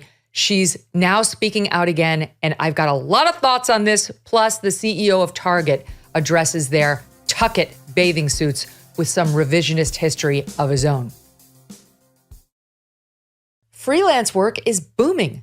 So many people are taking the leap and starting their own business. But how do you maximize your earnings, minimize your taxes, and make sure you are legally compliant? It can be overwhelming, confusing, and it takes time away from your own billable hours. That's where the experts at Collective.com come in. Now, Collective was built specifically for businesses of one that are making over $60,000 in profit a year. Collective handles all of your back office work so you can focus on your passion and not your paperwork. And they can tell you how they can backdate your S-Corp and save you thousands on taxes this year. They handle business formation and compliance paperwork, taxes, bookkeeping, accounting, and even payroll. Check out collective.com/Megyn to potentially save thousands of dollars on your taxes. To sweeten the deal, they will also throw in an extra $100 off when you use my link. That's collective.com/Megyn to get started with your personal team of self-employed tax experts. So, Adam, I have a great update for you. Very interesting. You remember the lady who freaked out on the plane, and she was like, I am not staying on this plane, and you can stay or you can go, but we're not going to make it to Orlando. Her name is Tiffany Gomez, and she was eventually tracked down by TMZ, among others. And she just gave an interview. She was caught on camera for a bit, I think by TMZ or the Daily Mail, and gave like a little comment one time, but this is her first interview about what happened. She went out, it's a Barstool Sports podcast called Pardon My Take. And here is how she is now explaining her meltdown on that plane. You know, the reason why I probably haven't come out yet, because it's like so cringe, I did not see anything. What? I mean, I think y'all knew that. Okay. We honestly had no idea. Yeah. You said you did. No, I did not. The Those media. motherfuckers. You said this motherfucker's not real. I said that motherfucker. Is not real. These. Or okay. Apologies. Mm-hmm. Yeah. So I got in a bit of an altercation.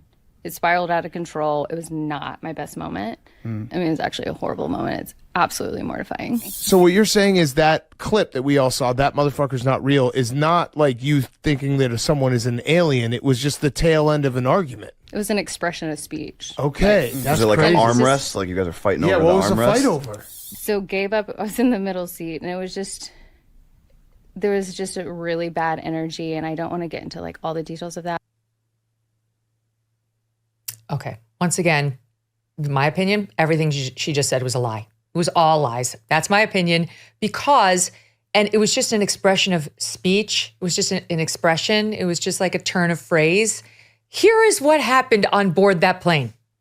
I'm telling you, I'm getting the off, and there's a reason why I'm getting the off, and everyone can either believe it or they cannot believe it.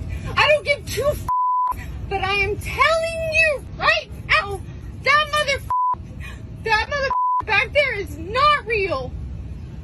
And you can sit on this plane and you can die with them or not. I'm not going to. Bye. Then there was part 2 in the airport, once they had to turn the plane back around and bring it back to the terminal thanks to her freak out, where she wouldn't leave the terminal. She was trying to film the plane, and here's what happened there. Do not let that flight leave. Do not let that flight leave. Being dead serious. Do not let that flight leave. That flight's not going to make it to Orlando. That flight's not going to make it to Orlando. And the whole video, if you watch the full 5-minute meltdown, which some lovely passenger filmed, began with her saying, I need to get the F off this plane. I need to get the F off this plane. I don't give an F about my shit. Just need to get the F off this plane. I'm getting the F off. And then she says, because there is a stupid effing dude over here. No. And then comes, everyone can believe it or not believe it. I don't give two Fs. That MFer back there is not real. Now, no one actually cares about this woman or this controversy whatsoever. It's just in good fun.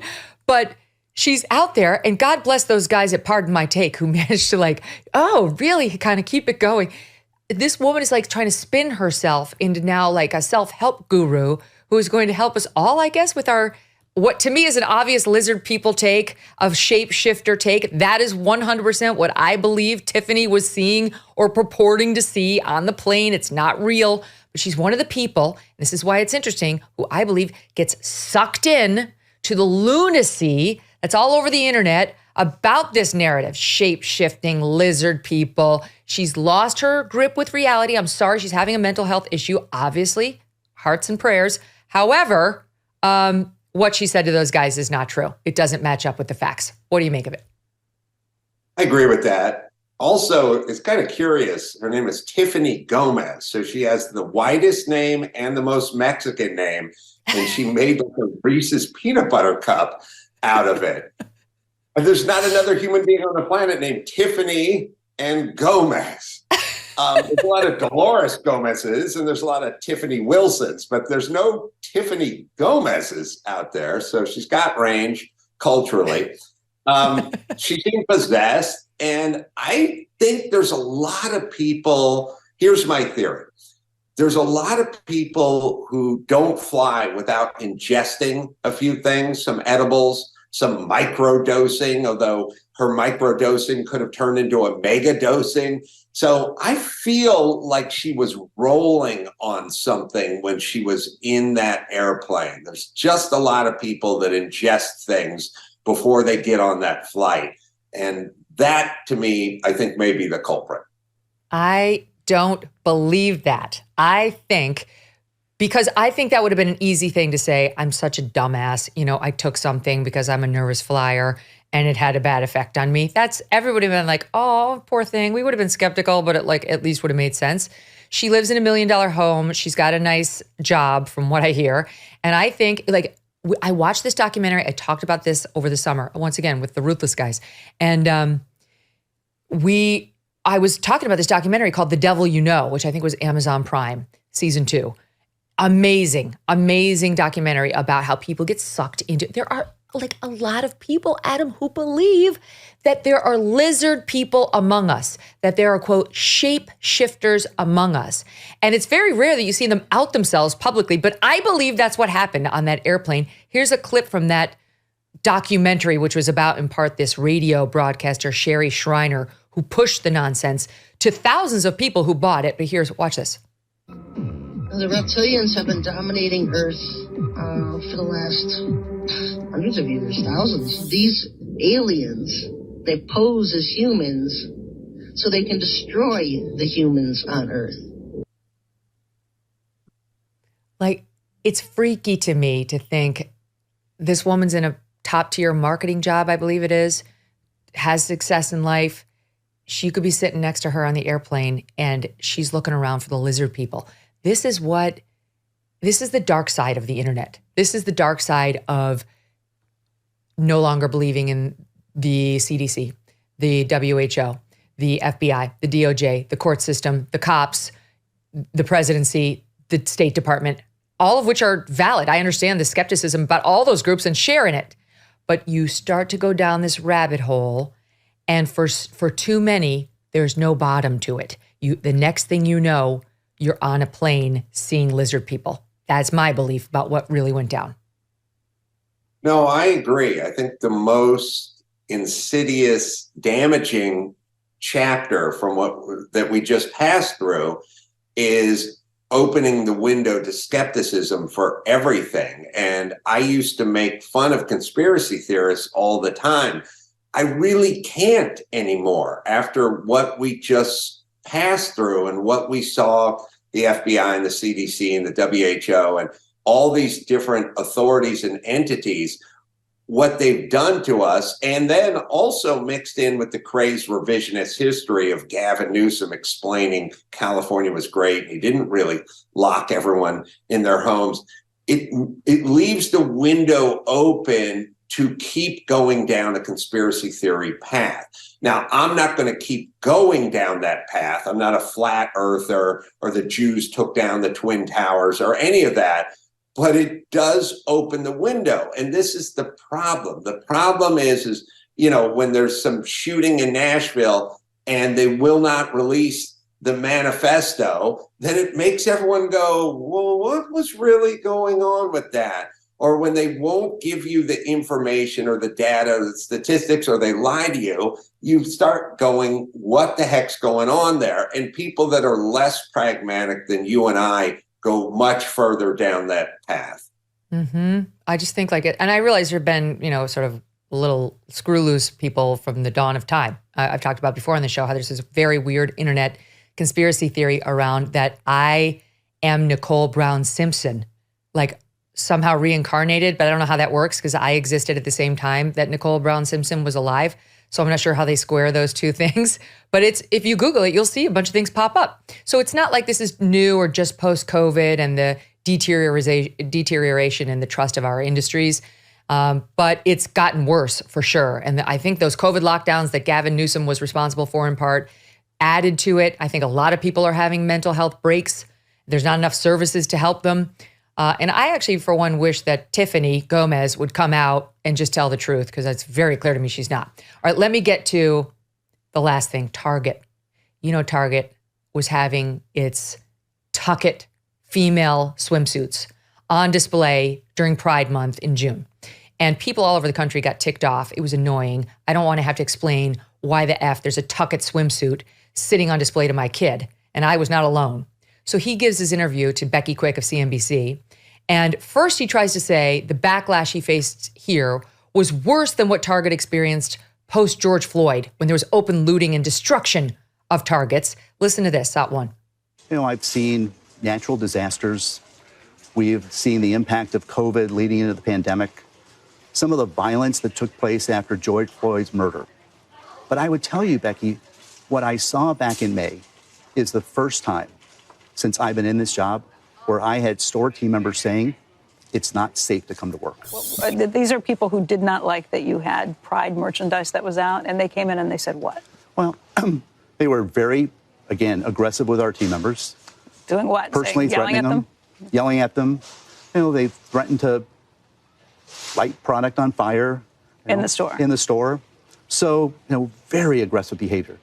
We've been celebrating heritage moments like Pride for over a decade now. We've never seen that kind of response. You didn't put a Tuck It bathing suit in your stores until this year. And here's what he says, which is a lie about that. Watch. People said, look, there are bathing suits that are transgender bathing suits that are being targeted and marketed to kids. There is a guy who you're working with, a designer who, I don't know, was a devil worshiper with some of the things. What did you find? What would you say back to some of those criticisms? Well, I think you and I both know those weren't true. But in the moment, we said the best thing for us to do is address the issue. We can't combat each and every statement that's being made? Lies. All lies, Adam. Yeah. Well, first off, you always know where these guys are politically when they say George Floyd murder. You know where they're coming from, and when they say insurrection. But here's what I want to say to these pussies. Okay, it was worse than the summer of looting and crime in BLM. How many of your employees were injured? How much product was damaged? How many stores were burned? How many shelves were knocked over? Tell me. Oh, you had employees that felt threatened. Everyone feels threatened now, you pussy. What are we talking about? Give me numbers, body count. Who was killed? Who went to the hospital? Who was injured? Show me some pictures. What do you have? Yeah, exactly. And here, just as a fact check, a kid's black swim skirt had a tag reading, thoughtfully fit on multiple body types and gender expressions. For kids. That's what he did. And as for his designer, there was a guy, he was 100% working with him. It went under the brand name Ab Pralin, a brand out of the UK headed by a self-proclaimed gay transgender man known as Eric. And he included images on some of his other merchandise, not that sold at Target, but this guy was indeed a devil promoter. Pentagrams, horn skulls, references to devils, quote, Satan respects pronouns was on some of his designs. And Eric wrote on Instagram last year, being called a demon is something I can cope with, and the idea of a trans demon is pretty damn cool. Most of my work focuses on gothic or dark or satanic imagery. That's his partner in coming up with the tuck-friendly, etc. merchandise at Target. So he lied. He was working with somebody who's into devil worship very publicly. He did put out trans clothing for children. And he's a liar. It was definitely not worse than post-George Floyd when a Minneapolis Target store was destroyed by looting in the wake of the George Floyd situation. Adam Carolla, you're the best. You're the greatest. Thank you so much and have a great weekend. Thank you. All right, let's see you soon. We'll talk to all of you soon. Thanks for being with us this week and every week, and we'll talk more on Monday. Back to Jon Stewart and Stephen Colbert. The Colbert meltdown has reached epic proportions. There were actual protests outside of his studio last night in New York. Like, people are gathering to chant something like down with Trump, up with Colbert, or like kill Trump, save Colbert, whatever it is.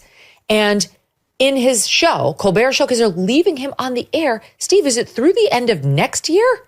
Is it like through the May of 2026?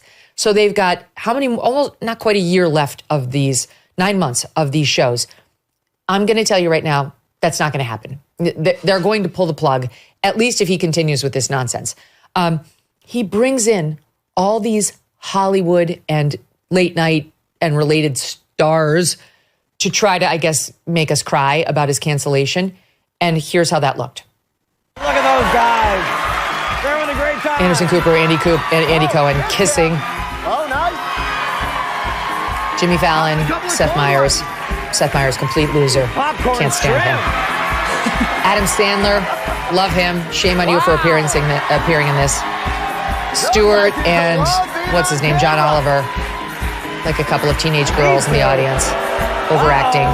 A cartoon version of Trump. Sorry, stop playing. I'm sorry. I just Lin-Manuel Miranda and what's going on? Weird Al. Hold, give me a sec.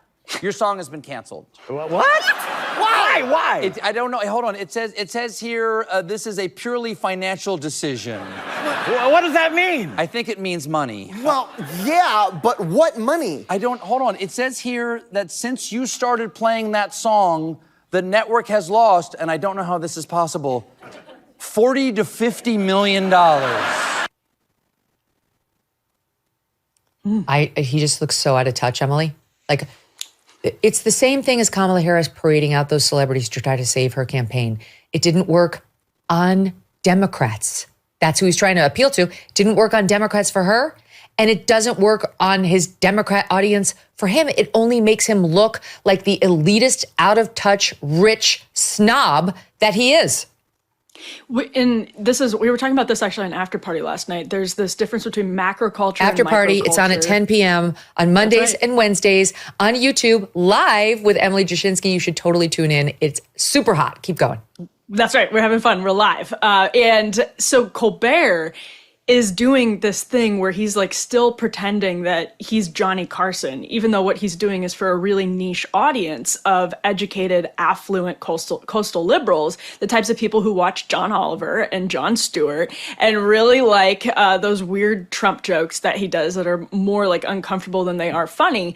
And so this is the problem is he's still acting. Part of the reason he sees himself as a martyr and a victim is because he's acting like they canceled Johnny Carson for saying something mean about Ronald Reagan. And that's not what's happening. He's trying to do microculture versus macro monoculture, but he's trying to do it on a macro monoculture budget with a 200-person staff, losing $40 million a year. And I wish I could credit the person who said this because it's so smart, but it was basically his show was basically affirmative action for anti-Trump, like coastal elitism, because it was losing all of that money. And yet CBS had to be careful with it because they don't want to look like they're getting rid of, this political opponent of the president. They don't want to upset all of the other people in the industry who they know are going to jump to Colbert's defense and frame it sympathetically. And Colbert genuinely was funny at a point. That's why he has some like genuinely funny friends like Adam Sandler. But it's the same thing. I'm gonna do this one more time, Megyn. I'm gonna go back to this well one more time. It is J-Lo-esque, right? It's our culture doing the Steve Buscemi meme where he says, "Hello, fellow kids," with the skateboard over his shoulder in perpetuity, because J-Lo was a dancer. She was famous for being her talent was in dance. Her talent was being really hot and a really good dancer. Colbert and Stewart, their talents were being these like young, edgy, anti-establishment comedians. And you can't be a young, edgy, anti-establishment comedian or an incredible dancer when you're not young anymore. And they haven't adapted. This is why I like being in news, because getting older in news is actually a bonus. It gives you a lot of wisdom from your years of covering the news. It's not a deal breaker. You don't have to be fired. It's not like your vagina looks different, so you can't be on air anymore. Yes. It's been great for Leslie Stahl. I love that they're trying to do the same shtick they did 20 years ago, and they're just all getting terrible results. Matt Taibbi was on the first hour, as you know, and in watching one of their shows, they were talking about this, he and Walter Kern, and they revived this clip because this is Colbert. This is the reason Colbert failed. He took a great franchise, The Late Show, great franchise. David Letterman used to be there, and absolutely fucking ruined it by segments like this, where he went to Russia, to the Ritz-Carlton presidential suite, where the alleged Trump P-tape from the Steele dossier was said to have happened with the prostitutes, so he could do on-scene reporting. Look at this.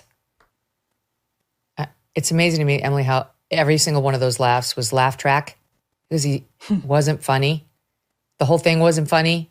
And by the way, even his side has now had to admit the Steele tape has been totally discredited and it was all a lie. That's how you fail in television. Yeah. Well, what would have been funny is if that entire shtick, well, first of all, if the jokes were funny, but if the entire shtick was satirizing the political establishment cooking up a conspiracy hoax and making fun of this idea that there was a dossier that had legitimate, credible information because Christopher Steele stitched it together from all of these different sources. There was really one primary source, subsource, all of that. The idea that this suggested that Donald Trump really credibly had colluded with the Russian government, making fun of the CIA and the FBI and the Obama administration and the Clinton campaign for cooking up such a hilarious hoax, that would have been funny. And by the way, that's exactly what Stephen Colbert and Jon Stewart were standing up against, the excesses of the intelligence community during the Bush administration. And it reminds me, one person who has adapted really well, I was thinking about this while you were talking to Matt, is the great Matt Taibbi, because he mentioned he'd been on Colbert's show and he used to like Colbert. And I'm like, you know what? Taibbi is one of the people who was anti-establishment when those guys were anti-establishment.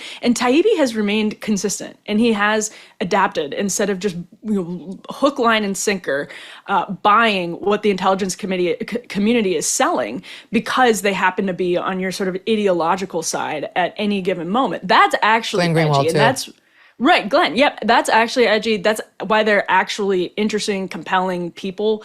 And Stephen Colbert and Jon Stewart look so hollowed out and sad and are just going back to these same shticks over and over again for like 10 years now in a way that is only funny to like 5% of the country that is still reliving the moral energy they had in 2007 because they were laughing at Jon Stewart for taking down the Bush administration. And it's not the same anymore. It doesn't work anymore. Yeah. I've been on Colbert's show multiple times. I've been on Kimmel's show. I've been on Fallon's show. I've been on Seth Meyers' show. I've been on all of them. I was on Jay Leno, all of them. And I can affirmatively tell you that Stephen Colbert is not funny. He's not funny behind the scenes. He's not funny on camera. And the only reason he really wanted me is because back when I went on, they would occasionally book journalists. Just ask Brian Williams. It was his downfall. That's right. It's because all of them would occasionally do like news, but it would be like a smattering. You know, we would be like a sprinkle on top of the cake, which the cake was always real celebrities, like actual Hollywood A-listers who would go and be the first two acts. And then you'd come on as a news person, like as the C team, which is fine. You're a news person. You're not expecting to be the lead act. But they completely lost their mission. And we talked about this when Colbert got canceled last week and the news broke. His lead guest the night he got canceled was Adam Schiff. Adam Schiff. Yeah. I got to read you part of what Charles C.W. Cook wrote in National Review about Colbert because it's so good. He writes, since the news was promulgated, entertainment analysts have been busy looking for the murder weapon. Some have suggested it was Trump. Others have pointed to political climate, the state of the TV market, the economics of producing a spectacle in contemporary New York. My choice is less complex. The executioner was Stephen Colbert. As the host of The Late Show, Stephen Colbert was annoying in a direct and palpable sense. He hectored, he sneered, he gatekept for a narrow, pious worldview. And above all else, he sacrificed jocosity, meaning being funny, for ideology, a trade that never, ever pays. Under Colbert's inadequate leadership, the program came to resemble the sort of bedeviled mutt that one might expect if one were to instruct artificial intelligence to produce a chat show, having trained it solely on old episodes of The View. Not only did the product fail to look like America, its architects neither knew what America looked like nor wanted to know. It was insular, smug, and self-serious, and worst of all, it routinely committed the only mortal sin in show business. It was boring. Last but not least, most of this was directly Colbert's fault. The rest was indirectly his fault. Many of the postmortems have noted correctly that Colbert was obsessed with a particular strand of American politics, and that in addition to giving the show a dull, Manichean tone, this obsession led him to offer up a surfeit, that means excessive amount, of left-leaning politicians as his guests. Right on. What has received less attention is that his non-political invitees were also habitually dreary. Why? Because in the environment that the Stephen Colberts of the world have created, they had no choice but to be so. It is indeed true, he writes, that the death of the movie star system has made late shows more difficult to stage. But in the grand scheme of things, this is a red herring. A media universe that was engineered by the likes of Stephen Colbert was always destined to be a media universe in which interesting people sedulously, that means constantly, avoided saying anything of consequence, and in which those who tried to say compelling things were swiftly cut off at the pass. Ultimately, the problem was of demand, not of supply. And he goes on from there. It's a great piece. Charles is so smart with his fancy words. But I get it. I think we get it. And he's not wrong. I'll give you the last word, Emily. Well, I was going to say, I don't know how Charlie had time to watch so much Colbert when he was nose deep in his thesaurus, apparently, at all those hours. But he's right. I mean, it was just for a tiny slice of the public, and it was operating on a budget that couldn't possibly sustain that. And it took, I think a big corporation like Paramount, CBS, a long time to reconcile with the death of monoculture. They can't do it anymore, and they're not. It doesn't make Colbert a martyr in any way, but we can expect him to be. They're all dinosaurs. They're all getting canceled. Trump actually just posted on Truth Social that he hears Jimmy Kimmel's going to be canceled next. That could be. Trump actually does have very good sources in television across the board. So he could be right. Kimmel's numbers are also terrible. Fallon's literally are, in the bottom of the barrel. You can't even see Fallon. He's so far behind the other two, and the other two are already losers. So they're not going to be around. In 5 years, none of them will be around. They're too expensive for too little return. The day of the late night talk show host, and the late night talk show has passed. It had its heyday. Carson, Leno too was great. Letterman, awesome. It's over. Accept it, move on, cut your losses. CBS was the first. It won't be the last. Since President Trump was sworn in, his administration has made enormous progress at a breakneck pace. But don't forget, while they're moving mountains for the good of the nation, you've got your own personal savings to worry about. And one of the best ways to look after your savings is through diversification, particularly with gold, like from Birch Gold Group. In the past 12 months, the value of gold has increased by 40%. OMG. Central banks continue to bolster demand for gold by buying in record quantities. Global instability and tension is high, and Birch Gold makes owning physical gold extremely easy. Easily convert an existing IRA or 401k into a tax-sheltered IRA in physical gold, or buy some to store in your home safe. Just text MK to the number 989898 and Birch Gold will send you a free info kit on gold. There's no obligation, just useful information. With an A+ rating from the Better Business Bureau and tens of thousands of happy customers, take control of your savings today. Text MK to the number 989898. Thanks so much for watching. If you like what you just saw, hit the subscribe button for more clips and full episodes. And one of the things I saw in the packet as I was preparing for that interview is they appear to have a much lower bar for what can make it onto their air than they do for what can make it onto CNN.com, like their digital website. The defamation standard is the same. You don't, he has to prove the same whether he's been defamed by an anchor or, a producer writing for the website. But I was kind of shocked at how lazy and lackluster CNN apparently is about what goes out on what most people know CNN for, which is its airwaves, all this internal correspondence, which we'll get to, on how it's like, it's very sloppy, it's full of holes, but it's fine for CNN. We can't put it on digital. What do you make of that, CNN? I mean, you used to work at CNN, but what do you make of that? Yeah, I think it's a very interesting point. I mean, what is, I think, probably a bigger picture interest to me is this follows the big payout by George Stephanopoulos and ABC to Donald Trump, which was 15 million or whatever it was. You're beginning to see quite big payouts for people who've said things on air on cable news and now being held to proper account for it. Many people think that's long overdue. So I think that people are probably having a very nervous time now in cable news. The days of just saying whatever you feel like with no accountability for it, they're long gone. And I think that you're now seeing people on the receiving end going on the attack legally and exercising their rights to say, no, this is wrong. You've defamed me. And by the way, if you do that, you're going to pay a lot of money. And they're all running scared. They're all settling. The CNN went to court to defend itself, but the moment it got to punitive damages, they bailed because they knew it might be really horrifically high, that figure.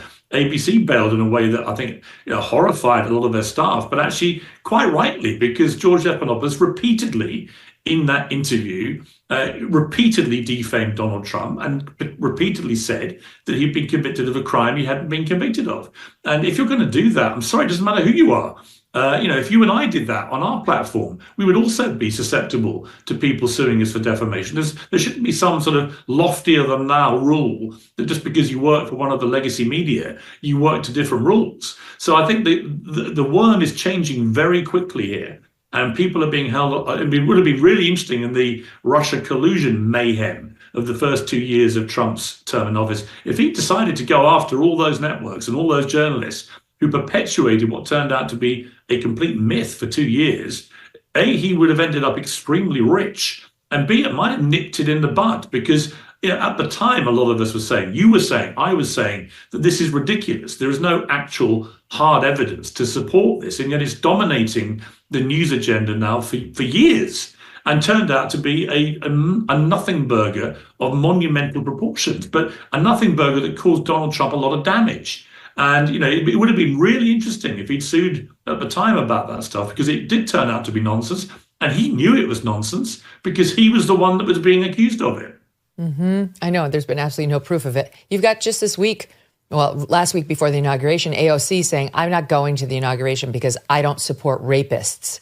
That is a defamatory statement. She didn't make clear that's opinion. She said it as though it were a matter of fact. It isn't. And I really think he should give some serious thought to suing her. She wasn't on the legislative floor. She was sitting in her apartment doing a little Instagram. You can't get away with that. You can't, a term like he's a rapist or he's committing potential treason in working with the Russians. Like, news organizations have just, and politicians for that matter, given up all the guardrails that we used to observe. You know, we used to at least try to be more careful. I still try to be careful. I'm certainly never trying to be reckless out here. I'm very relentlessly fact-based, and not to say we're always perfect. But, you know, if you make a mistake, you clean it up and you do it transparently. I've seen you do that too. There is an irresponsibility that's taken hold of certain of our news organizations when it comes to Trump, and politicians too. It's no accident. It's usually about him, Piers, that is really kind of unprecedented. Yeah, it is. And you're completely right about AOC. She brazenly repeated in a private capacity, as you say, not on the floor of the House or anything like that. She did it in her own home to the world on her account. She put it out there, repeating the exact same defamation that George Stephanopoulos had said on air that cost ABC $15 million. So if you're going to be that brazen, you know, think about what a judge or a courtroom would make of that. They'd say, well, you can hardly pretend you didn't know. This has literally been a massive headline-grabbing settlement in the last few weeks. And you've decided that it doesn't apply to you, that somehow you are on some superior plane to George Stephanopoulos, which allows you to call Trump a rapist and get away with it. Well, if I was Trump, I'd call her bluff. I'd sue her. And by the way, he'd win, like he did with ABC.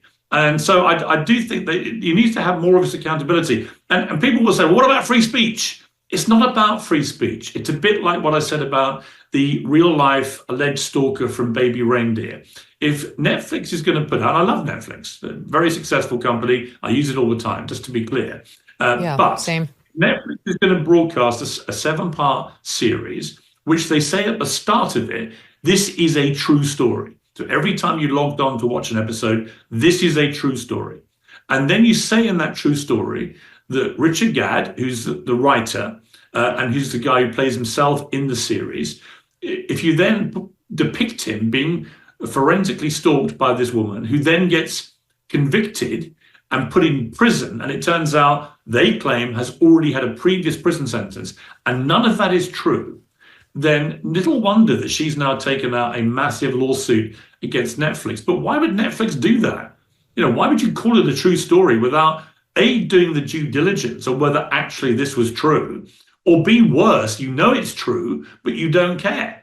And there's a little bit of that about Donald Trump, isn't there? Well, a lot of that about Donald Trump, which is, I think a lot of journalists feel they can say whatever they like about him, and that's fine. And I think what he did with the Stephanopoulos case is put a line in the sand and say, right, if you guys are going to defame me on fact, and you mentioned earlier, you try and stick to facts. You're a lawyer by background. I'm a newspaper editor by background. We know how important facts are. It's not to say we've always been faultless ourselves, but it's to say we understand the importance of veracity. We don't come from the Meghan Markle, my truth school of bogus. No. We come from the facts are actual facts. Now, you can then, if you take a fact, you can then comment as you wish about it. You can interpret a fact any way you like. You can be as opinionated as you want. Right, but what you can't do is do that about something which isn't true, because then you're just defaming people. And there's no point in that, because you lose trust with your viewers if you keep doing that. If they know you're saying one thing, but actually it's not true, and you repeat that, I think you're pretty dead in the water as a broadcaster who'd be taken seriously by anybody.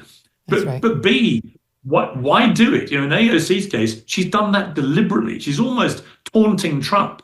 Come and sue me. And if I were him, he probably hasn't got time or the inclination, but if I was him, I'd call her bluff.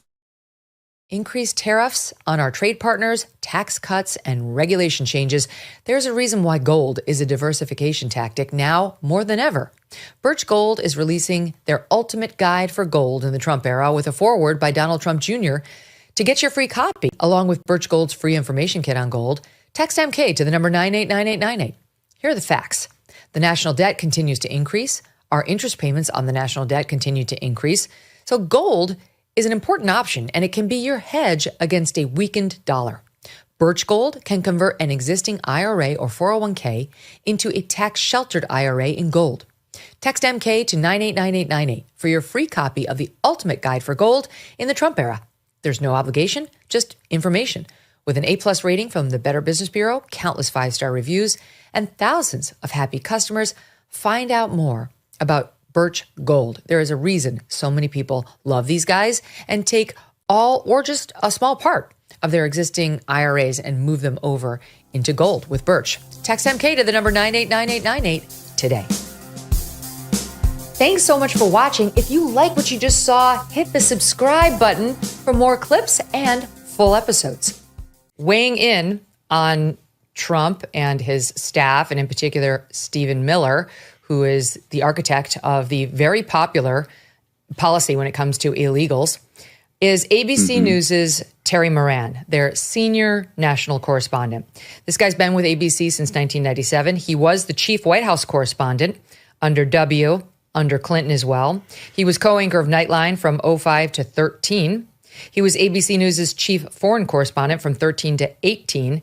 And he's been senior national correspondent for the past almost, 7, 8 years now. He also leads the network's Supreme Court coverage.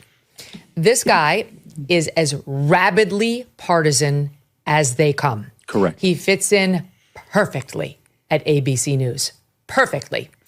And in a moment that was kind of stunning, but the sentiment not surprising from him, he got on X at 12:06 a.m. Sunday, meaning 6 after midnight Saturday night.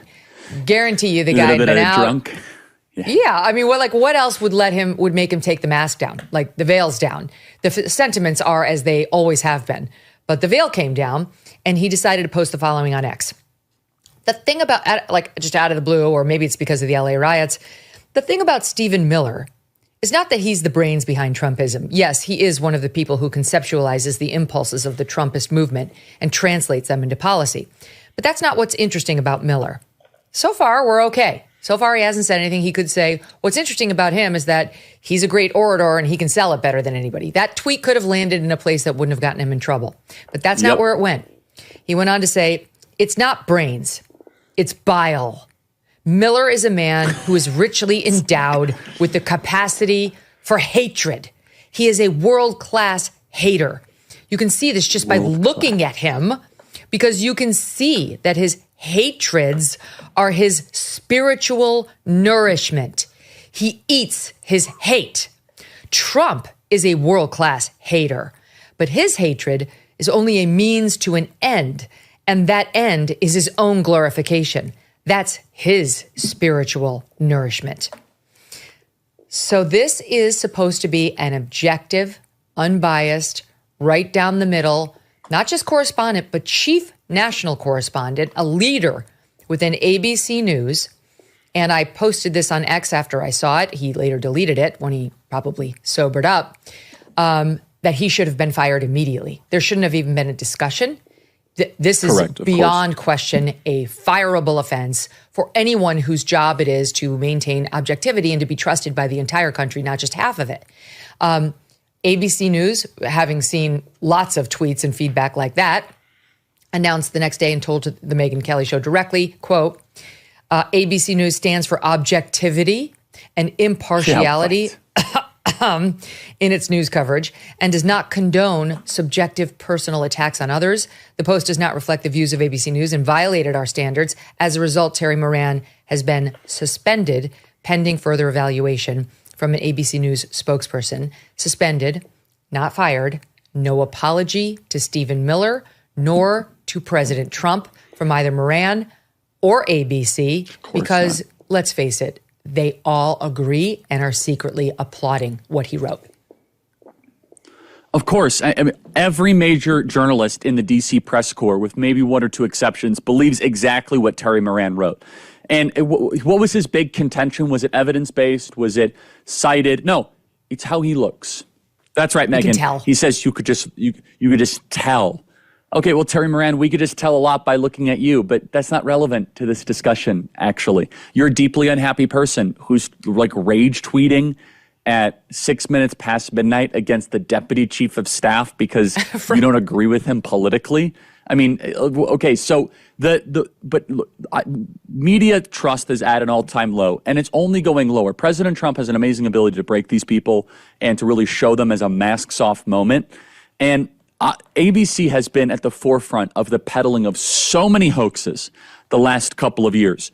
I'll be curious your thoughts, Megyn. I actually think he's probably going to be brought back because I don't think they want to try to show that, MAGA got a scalp. He'll be in the wilderness for 2 or 3 years and 2 or 3 months, try to recover a little bit and come back and say, I was a little inebriated and said stuff I shouldn't, and boom, he's back and act as if nothing happened. But at its fundamental core, the journalists are activists. They're not trying to explore truth. They're not trying to challenge authority. These are activists. These are people, remember, that actively covered up the biggest political scandal in modern American history, if not American history, which was Biden's cognitive decline, which was who was running the country, who was signing the documents, and people like Terry Moran were actively calling people like me a conspiracy theorist, and you, Megyn, for even saying that he's not running the country. Instead, it's a unelected Politburo. So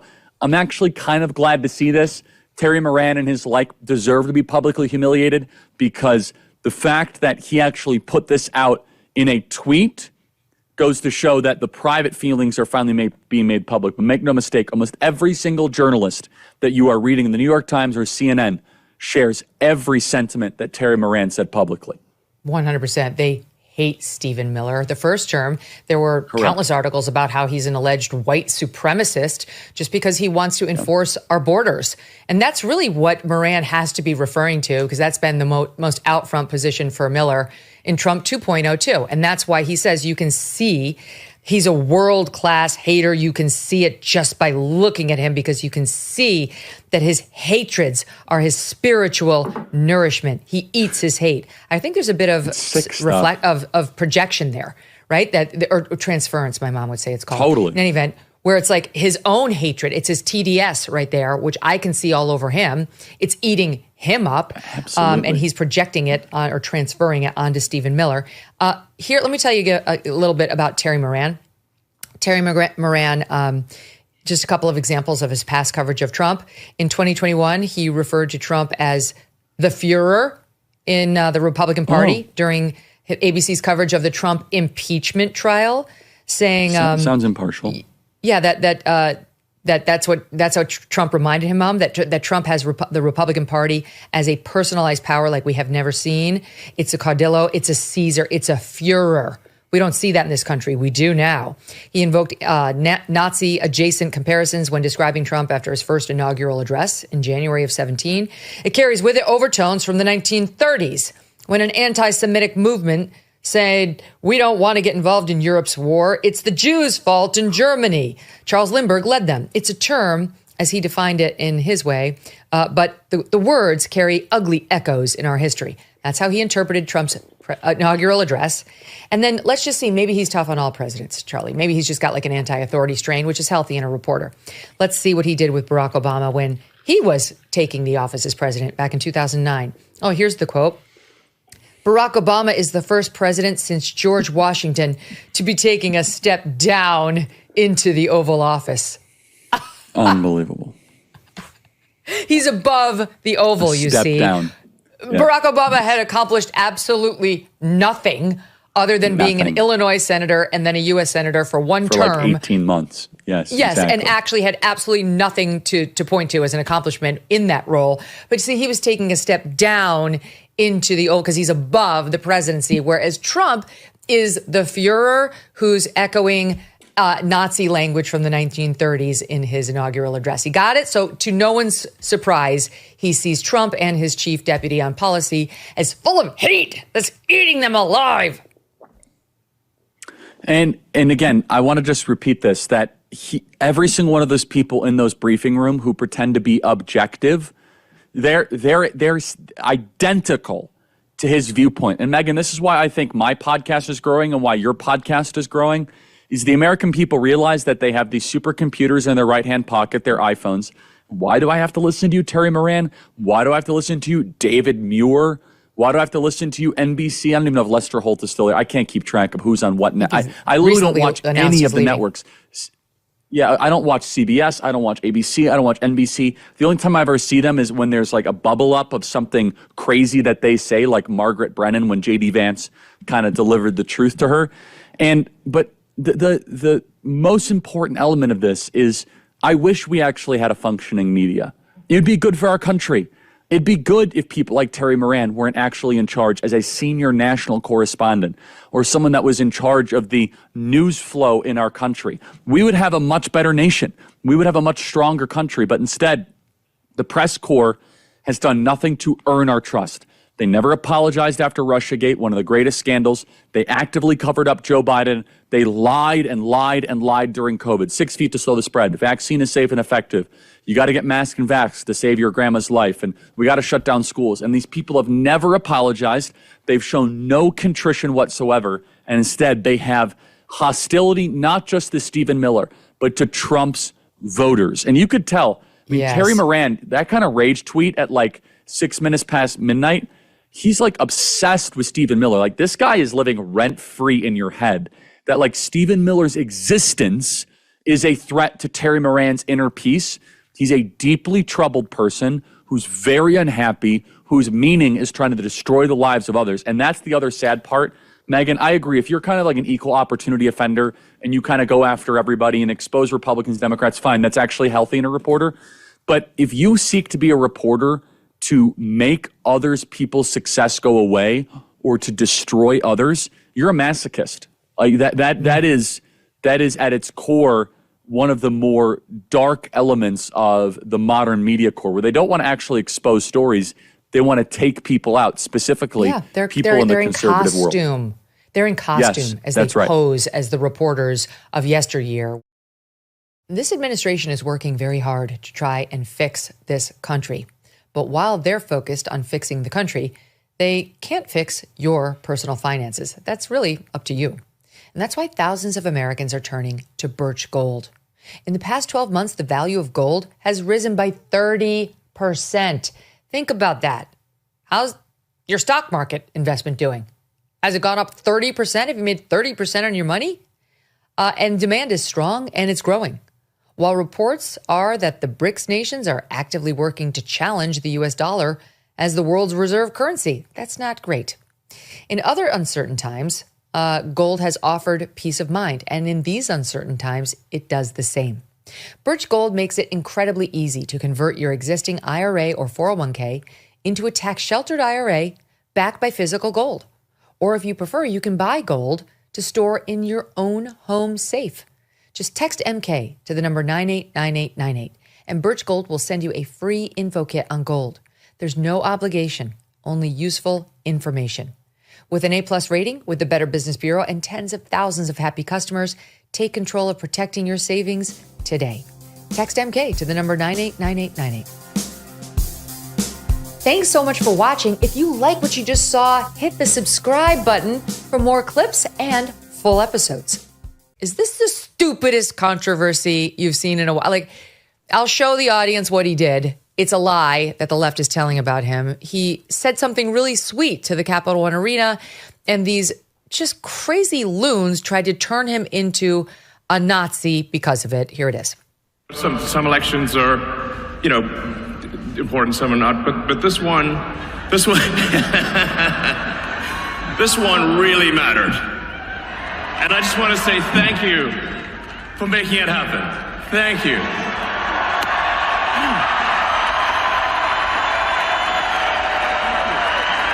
My heart goes out to you. It is thanks to you that the future of civilization is assured. Thanks to you.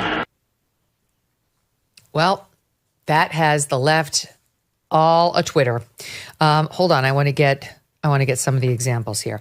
Here is, okay, so CNN first weighed in, trying to make this a thing. Let's play that. He is a hero to them. I just want to look at that salute that he gave again, just if anybody missed it, we'll just show it again. He's just wrapped up here. You can hear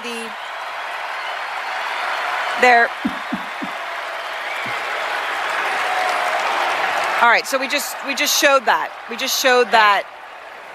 Right. It's worth Salute. It was quick. I think our viewers are smart and they can take a look at that, but it certainly was, it's not something that you typically see at American political rallies, let's put it that way. No, it was not something that you usually would see. Oh my God. Okay. So of course they try to make it a thing. Twitter starts going nuts to the point where the ADL, the Anti-Defamation League, which is I'm sorry, they're like the Southern Poverty Law Center. They just, I don't put any weight in what these guys say anymore. But they're typically repeating the leftist line. Even they came out and defended Elon, leading to AOC's tweet as follows in response to the ADL. Just to be clear, you are defending a Heil Hitler salute that was performed and repeated for emphasis and clarity. People can officially stop listening to you as any sort of reputable source of information now. Well, we're kind of on the same page there. You work for them. Thank you for making that crystal clear to all. And you had others like Jerry Nadler trying to, just espouse the seriousness of this moment, how deeply disappointing it was, Rich. They're actually trying to run with this. Yeah. So what's the theory? This libertarian American entrepreneur is a secret Nazi. So he accidentally did a Nazi salute when he was just being very emphatic, or that he's just trying to make this a thing. He's just openly a Nazi. What is it? I mean, both are completely absurd. It's poisonous. It's beneath contempt. So, by the way, he was just showing enthusiasm. And that's been one of the amazing things about Elon since he entered that rally in Pennsylvania where he exposed his midriff jumping into the air like a Kool-Aid commercial or something. Just how into this he is. I mean, he's a grown man. He's extremely accomplished, right? He's founded several companies that any one of them would be world historical on their own. He's done multiples, and there might be more to come. And he's just so joyful and ecstatic about this election and this political phenomenon. It's amazing to see. And is literally saying, Charles, I give my heart to you. He's touching his heart and then hand out to the audience while he's saying, I give my heart to you. And still we get, here's the Nadler tweet. I never imagined we would see the day when what appears to be a Heil Hitler salute would be made behind the presidential seal. This abhorrent gesture has no place in our society and belongs in the darkest chapters of human history. I urge all of my colleagues to unite in condemning this hateful gesture for what it is, anti-Semitism. By Elon Musk, same man who toured Auschwitz recently, who went over to Israel with Ben Shapiro to see firsthand what Hamas did to the suffering Israelis. That's who's an anti-Semite now, because while saying, I give my heart to you, he made that gesture. Yeah. So Chris Murphy asked about it this morning in Elise Stefanik's hearing. Bill Kristol is now riffing on it. It's an amazing thing, as Rich says, because I don't know what the idea is supposed to be here. So let's assume that it's a Nazi salute. So why? Why would he do that? Well, what is the aim? To signal on CNN that they are what? I mean, it's a silly idea. It's unfortunately an indicator that the press has not learned anything. And that's what surprised me about it. I would have thought after this election that there would have been more than 2 hours between the inauguration of Donald Trump and the return to that sort of silliness. But there weren't. This came straight back. This is now the conversation piece for a particular sort of resistance type. And now you have a second day of it from people who really should have spent the time and thought whether or not they wanted to jump on this bandwagon. And the fact that Chris Murphy, one day later, in a controlled setting like the United States Senate, chose to bring this up, to ask Elise Stefanik about it, on the record, in a hearing that is supposed to be about her nomination, suggests to me that they are essentially irredeemable. That the people who have got themselves into this mindset cannot get out of it. I do not mean people who dislike or criticize Donald Trump. I mean the people who have never been able to distinguish between Trump as he actually exists and Trump as they have projected him from the beginning as this Hitler-esque figure. I mean, to borrow from what Rich just said about YMCA, it is extremely surprising that that song went from what it was in 1977 to what it is now. It's not 100% surprising that Donald Trump would pick it up, though, because he's the campest president we've ever had. He is Donald Trump is a camp theater kid. He is not Adolf Hitler. There are many, many things to criticize him for. I do so. I've done so on this show. I will continue to do so. But the idea that he and Elon Musk are secret Nazis, that they're trying to send secret... I mean, you know, there was this weird movement that coalesced on the right around Trump at the end of his first term, and then especially in the aftermath of the election, QAnon. It was stupid conspiracy theory, bizarre internet phenomenon. Well, the left has their own version, which others call Blue Anon. I think David Harsanyi read a book about this. This is Blue Anon. I mean, this is lunacy conspiracy theories, except that instead of being in the fringes of the internet, reported on in the press, it's representatives of people like Alexandria Ocasio-Cortez and Chris Murphy and Bill Kristol and the anchors at CNN. And they are not going to do very well over the next 4 years if this is their habit still. I've said before, they're not changing. I don't expect change. They're going to go right back to their Trump derangement syndrome and further decrease and erode their credibility. Here, we did find the Bill Kristol tweet saying to Caroline Leavitt, who's the new press secretary, Elon Musk has an office in the White House. Does the president support his salute yesterday, in quotes? Has anyone at the White House asked Musk what he meant by it or suggested he clarify what he meant? Is it fine if other White House staffers offer such salutes? And Elon just tweeted out, not in response to Kristol, but just in general, frankly, they need better tricks, better dirty tricks. The everyone is Hitler attack is so tired. Rich, how true is that? We just saw Hitler sit down with Barack Obama and they were kidding each other like old college chums. Hitler glad-handed with Bill Clinton. They just tried to pull this unsuccessfully with Trump. And no sooner does he get sworn in than they try it with Elon. Yeah, it's tired. It was tired 50 years ago. They always use this. And the honorable thing to do is to say, I don't like Elon Musk. And I think he's run his platform in a disgraceful way, and he shouldn't be on board with this crude and reactionary president. But he didn't do a Hitler salute, right? That's the honorable way to make their case. But they can't, and they're stuck in this mode of thinking where some of them believe it, as we were talking about earlier, because they're in an information bubble, and some of them just think it works, and it doesn't. Not sure it ever did, but it certainly doesn't now.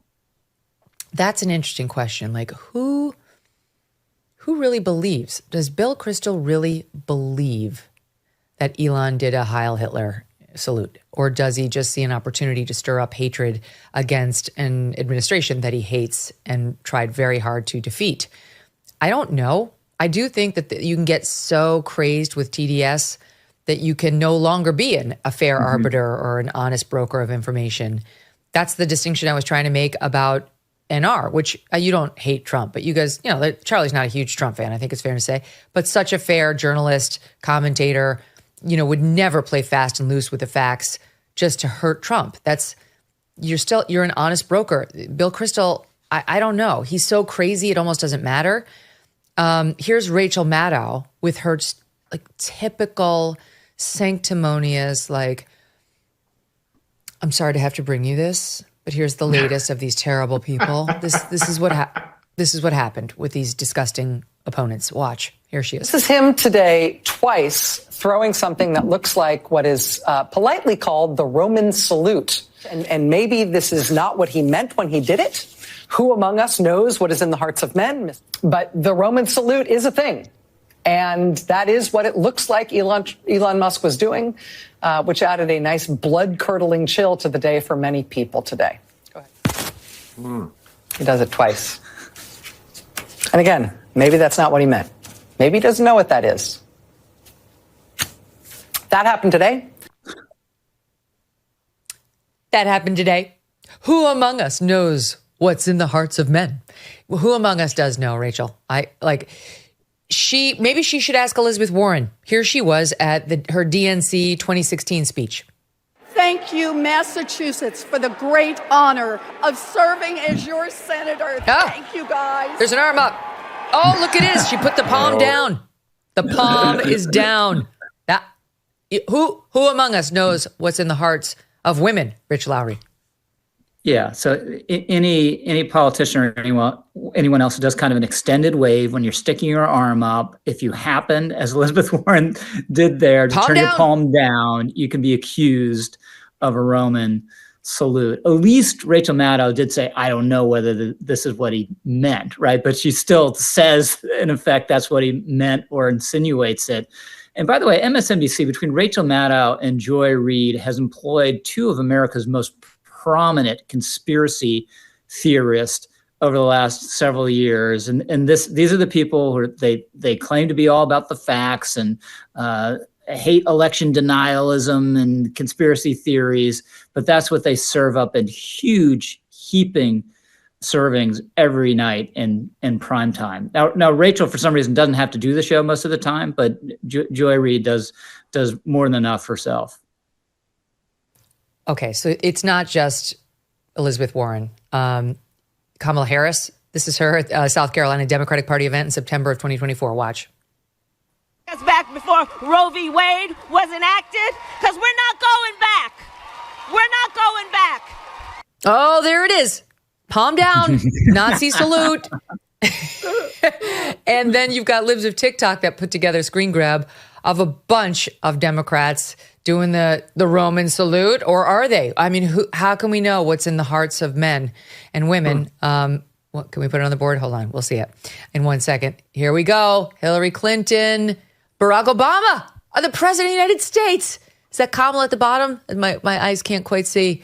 Yes, that's Kamala. 3 top Democrats, a Harris, a Clinton, and an Obama, all with the Roman salute, which, by the way, Rachel Maddow did not once but twice on her show in imitating what Elon allegedly did, and she did it wrong. She didn't do what Elon did, touching his heart, and she did an actual Heil Hitler situation, thinking that's fine, okay, misrepresentative. And by the way, CNN should be really careful because they just had to pay $5 million plus in a settlement of a defamation lawsuit that they just were found liable in a jury trial for. So you should really be careful about throwing around the Heil Hitler accusations, but they won't be. Just for good measure, before we close this segment out, here is Democratic Senator from Connecticut. He's daring me. I don't actually want to run for Senate. I love my current job, but he's daring me to take his seat. Here he goes.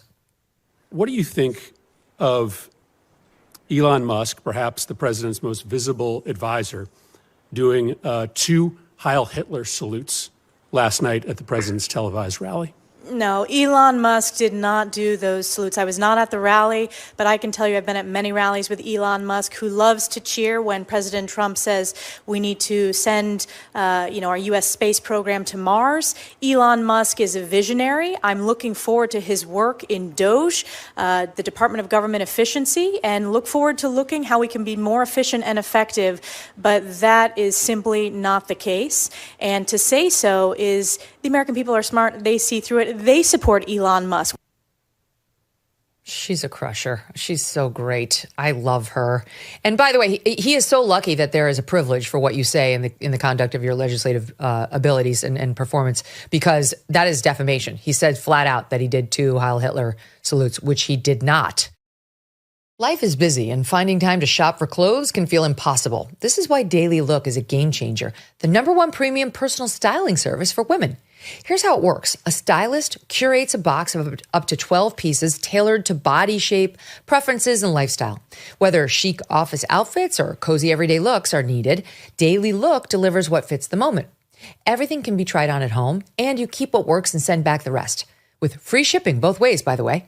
It's a seamless, stress-free way to elevate any wardrobe. Daily Look works with top brands like Kate Spade and more, offering premium pieces for every occasion. Sizes range from extra small to 3X and 0 to 24, making it an inclusive styling service for everyone. Daily Look's mission is simple: elevate the personal style of the people who come to them while saving time and effort. It's time to get your own personal stylist with Daily Look. Head to dailylook.com to take your style quiz and use the code Megyn to get 50% off your first order. Dailylook.com for 50% off. And make sure you use my promo code Megyn so they know I sent you and you get your discount. Dailylook.com, promo code MEGYN. Thanks so much for watching. If you like what you just saw, hit the subscribe button for more clips and full episodes. Ron DeSantis in the news for a very weird reason. We talked about it yesterday because, to be honest, I just kind of needed a break from the darkness of the news these past few weeks. And it's a fun, silly story about whether he has secret lifts in his boots. And there's a follow-up, believe it or not, to this segment that we did. It wasn't our original segment. It was all over. Trump put it out there. And then Politico did a big write-up, hiring a fashion writer to actually do the article. And then he brought in 3 boot experts from across the United States to analyze DeSantis's boots.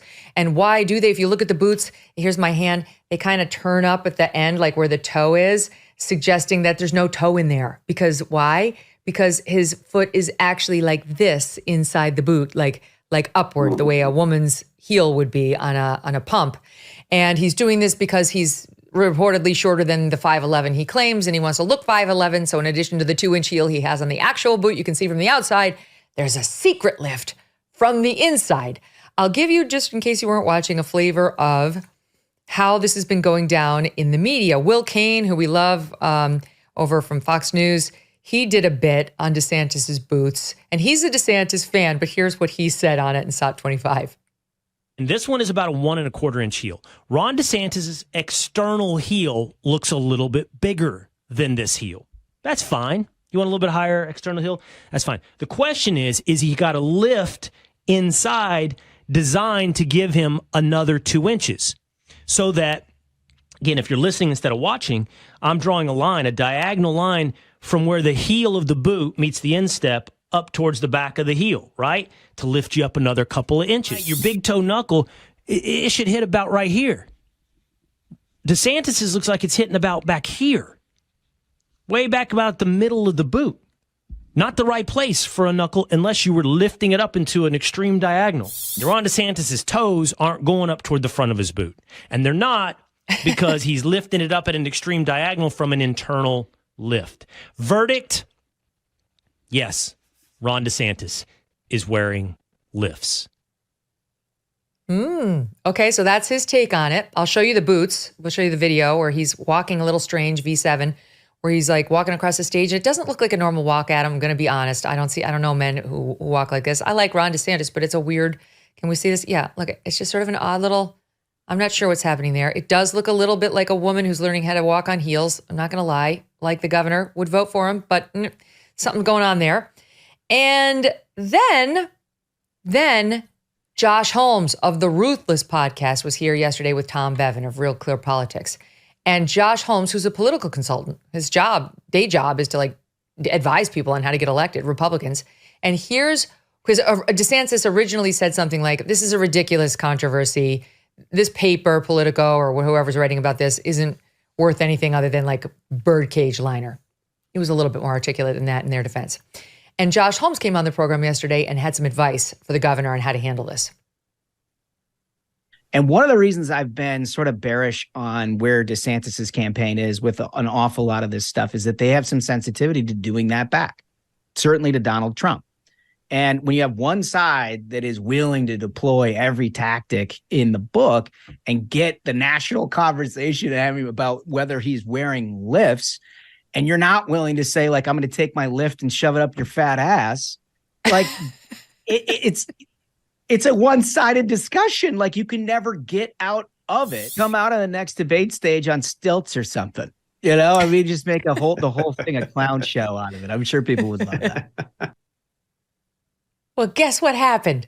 It wasn't that quote exactly, but DeSantis went on Newsmax, I think with our pal Eric Bolling, and look what he said last night. This is no time for foot fetishes. We've got serious problems as a country. You know, if Donald Trump can summon the balls to show up to the debate, I'll wear a boot on my head. This is a time for substance. This is a time for us to debate the issues that matter to the American people. He said balls. He's getting serious. So what do you make of Bootgate and whether it's, why are we talking about it? Why are so many people interested in it? Well, first off, full disclosure, I'm wearing Spanx and a push-up bra right now. You're my man. So I just don't want to get, fragged online. Too being a judgy. hypocrite. Okay. It definitely seems like he's got something in there. Forget about what's in the boot. Choosing to wear cowboy boots in general is 99% short guys trying to get a couple of extra inches just in their shoe. Because if you just wear flat dress shoes, whatever, you don't get as much. Sylvester Stallone is a short guy. He's always wearing boots everywhere. Boots are uncomfortable. They're not great for walking around. And the only reason, if you did some sort of boot survey, you'd find that 86% of boot wearing was done by guys under 6 foot and almost zero was done by guys over 6 foot. Oh, that's so interesting. I did not know that. I mean, you're accepting, I assume, actual cowboys and people who work on ranches and with horses where it's what you must wear. Yes, I'm going to back out actual cowboys and certain members of gay parades. The rest of us would wear. I'm 6'2", and I don't wear cowboy boots. Cowboy boots are uncomfortable to walk around in. They are uncomfortable. You only do it if you needed the height. Like I did radio many years ago with Danny Bonaducci from the Partridge Family. He was a short guy. He wore cowboy boots every day. I wore tennis shoes every day. But if I were the short guy, I'd probably wear cowboy boots. And if he was the tall guy, he'd be wearing tennis shoes. So just the presence of cowboy boots suggests a little Napoleon situation going on there. Got it. Well, I didn't know anything about the boot lift controversy. I was just watching DeSantis wearing cowboy boots in a suit. And I didn't know anything about the lifts. I just thought, well, that's an odd choice, cowboy boots in a suit, but maybe he's in Wyoming talking to ranchers or something like that. He's not, he's from, he's in Florida, obviously. Florida isn't Houston. It's not Wyoming. You know what I'm saying? So where did the cowboy boots come from in the first place? You choose to wear cowboy boots when you have issues about your height. Now, if you want to add a second story to your cowboy boots, well, that's maybe what he did. But the fact that he even chooses to wear cowboy boots suggests to me that height is an issue for him. That being said, who cares? I would much rather have a 5'5" Joe Biden who knew what the fuck he was doing than a 6'9" Joe Biden who's acts how he acts today. Exactly. Ron DeSantis at worst, and not that it's bad to be shorter, but at worst is 5'9", and he should be like, hello, I served in the Navy JAG Corps. Suck it. 5'9", I went over to Iraq. I realized he wasn't on the front lines, but obviously he's a guy with courage who served his country. Who gives a shit how tall he is? But he cares if this is true. And I guess it just is a window into a certain level of vanity or insecurity, which is probably present in most of our politicians. You're going to think Barack Obama was an incredibly vain and insecure? I don't believe it. Trump, too. He's always got like the hair has to be just right. He's going to a tanning bed, for God's sake. I don't know. I think it's a common trait amongst our politicians, in particular the presidential candidates.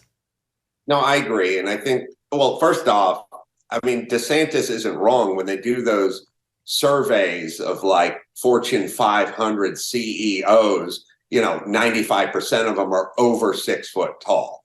So there is an actual sort of baked in bias. If you asked a kid and showed him a picture of a tall person and a short person, you said, who would you like running this country? 95% of them would pick the tall person. So there is some math to it, but I think what we're all responding to is him lying about it. That's the thing that we're responding to, not the trying to get an extra inch and 5/8. It's more like, are you trying to fool us and are you trying to deceive us? Because we're just coming off a guy, certainly in Biden, Hillary Clinton, and a lot of people think this way about Trump, where they were trying to deceive us for the last X amount of years. I wonder if, I'm sure somebody has asked Trump whether he goes in the tanning bed, regularly. He clearly does. But I wonder if somebody's asked him. Maybe we can Google it. I will tell you, I sat across from Trump in 2010 and asked him directly, is that a comb over? Is your hair a comb over? Is it a bald spot?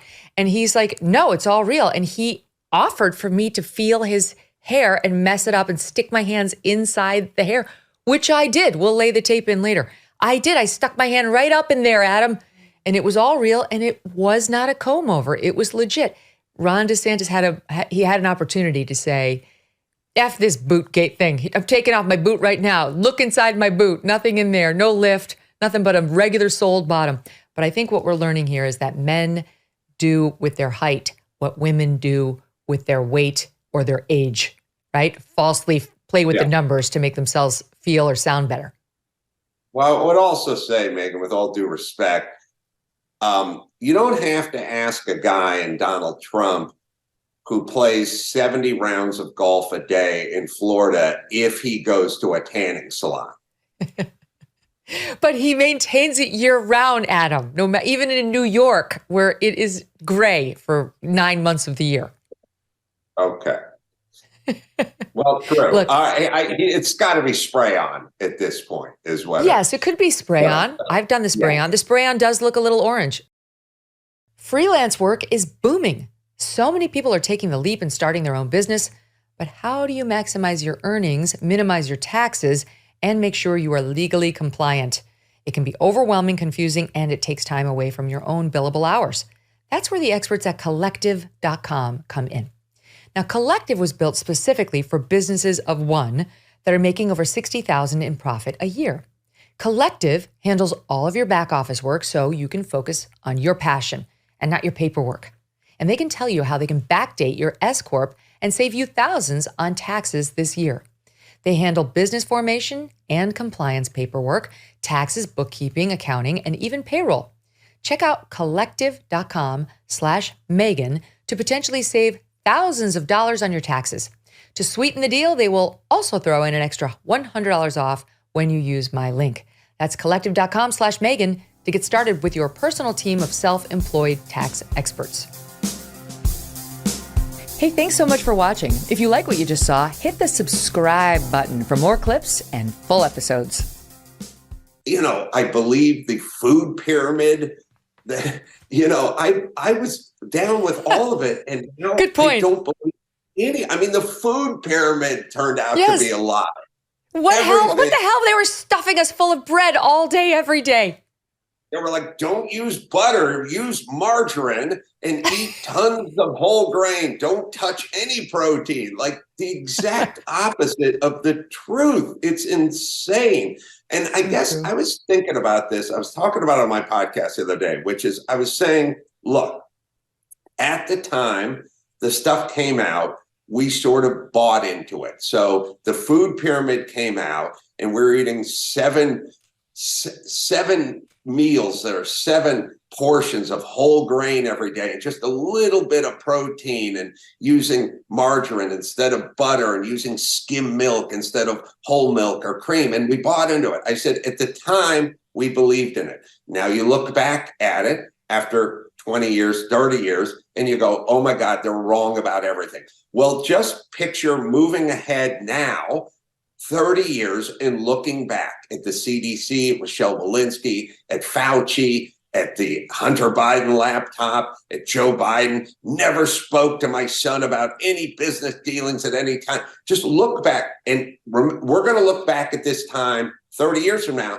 like we look at the food pyramid now, which is, oh my God, what were they thinking? They were wrong about everything and they lied about everything.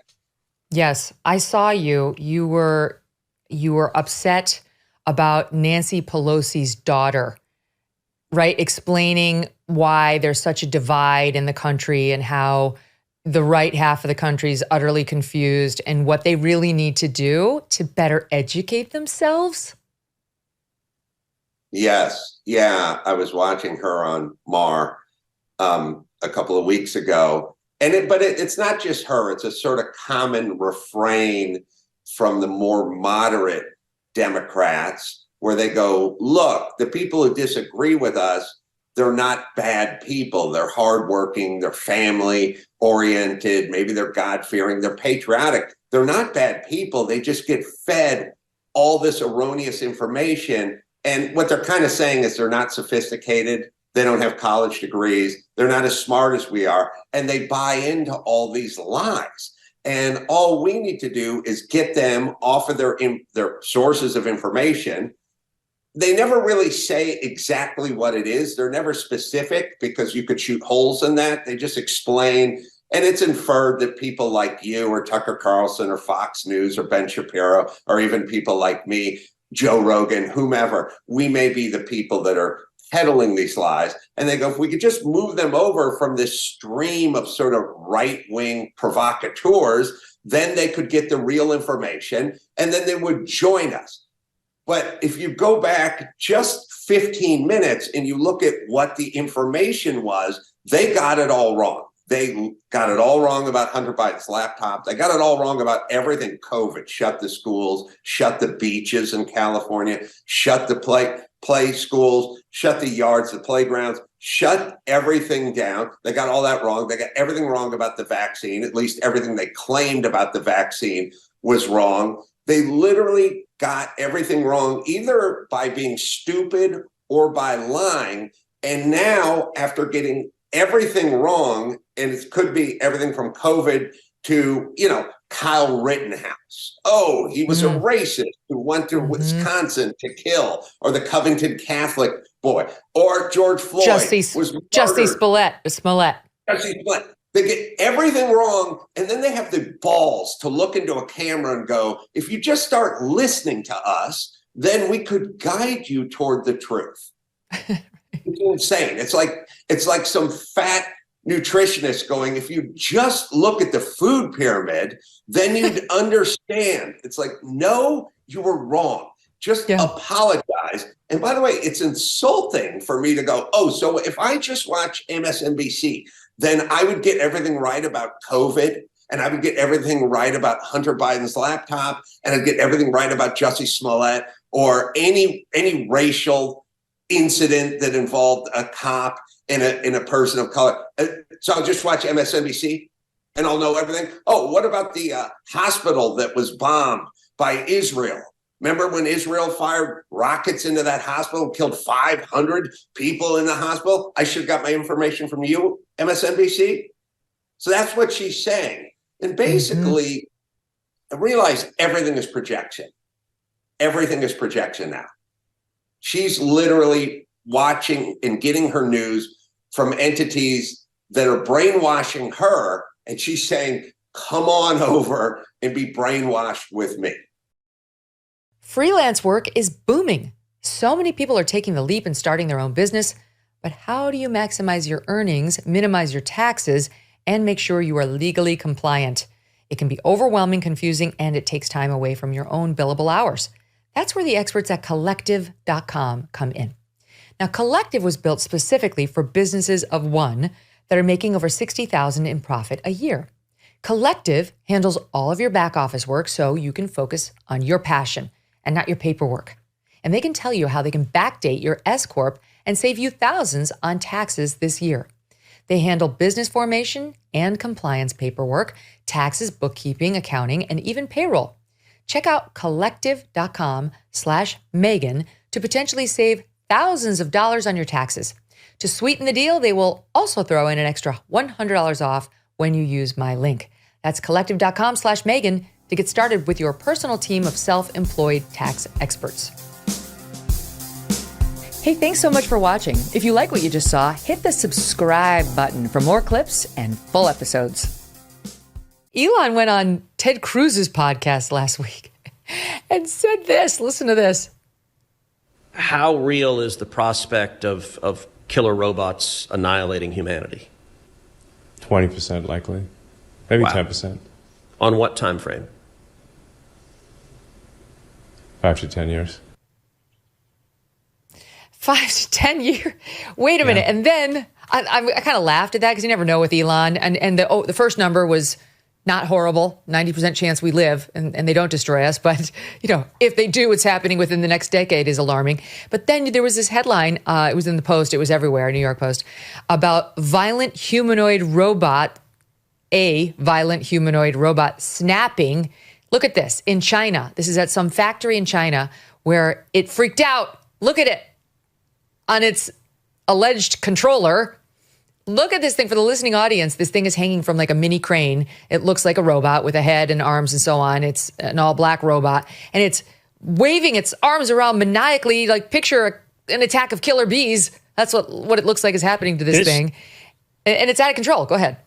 This is an enormous risk. And I think Elon puts his finger on it precisely, which is there's a class of robot that we've used for decades, right? Like in factories, pick place machines that don't represent this risk. What is this risk? This is a humanoid robot that is completely, independent in its movements and has software that can fundamentally be altered and hacked. And there is no understanding of how to create a kill switch for these things. It's not universally accepted and it's not universally developed and understood how we could do that. So that is a tremendous risk that you could root these robots, right? You could have a foreign adversary figure out that there's an entire group of robots that are deployed in this country, hack them, root them, because they all have to be connected to the internet in some way, shape, or form, and then introduce some instruction set that causes them to be extremely violent. That is 100% likely. The question is, do they do it, or do we think about it in terms of the way we think about nuclear arms, where there's a mutually assured destruction so nobody does it? But I think Elon is right. The capability is at hand, and the more we see these humanoid robots manifest, that is probably the single biggest tail risk that it represents. It's very scary, I think. Yeah, it's super interesting. Let me just say this, J. Cal. Yeah. It starts off, you don't hire the thing when it looks scary and it's hanging on a crane. You buy it because you see articles talking about how this is from a company called the robot's called Protoclone, created by Clone Robotics, because they tell you it's the world's first bipedal musculoskeletal android. This is a different company and a different robot, FYI. But it shows it twitching to life and kicking and moving its arms and elbows. And what they tell you is it's going to memorize the layout of your home and kitchen inventory. It's going to wash your dishes and clothes. It's going to make sandwiches. It's going to pour drinks. It's going to set the table.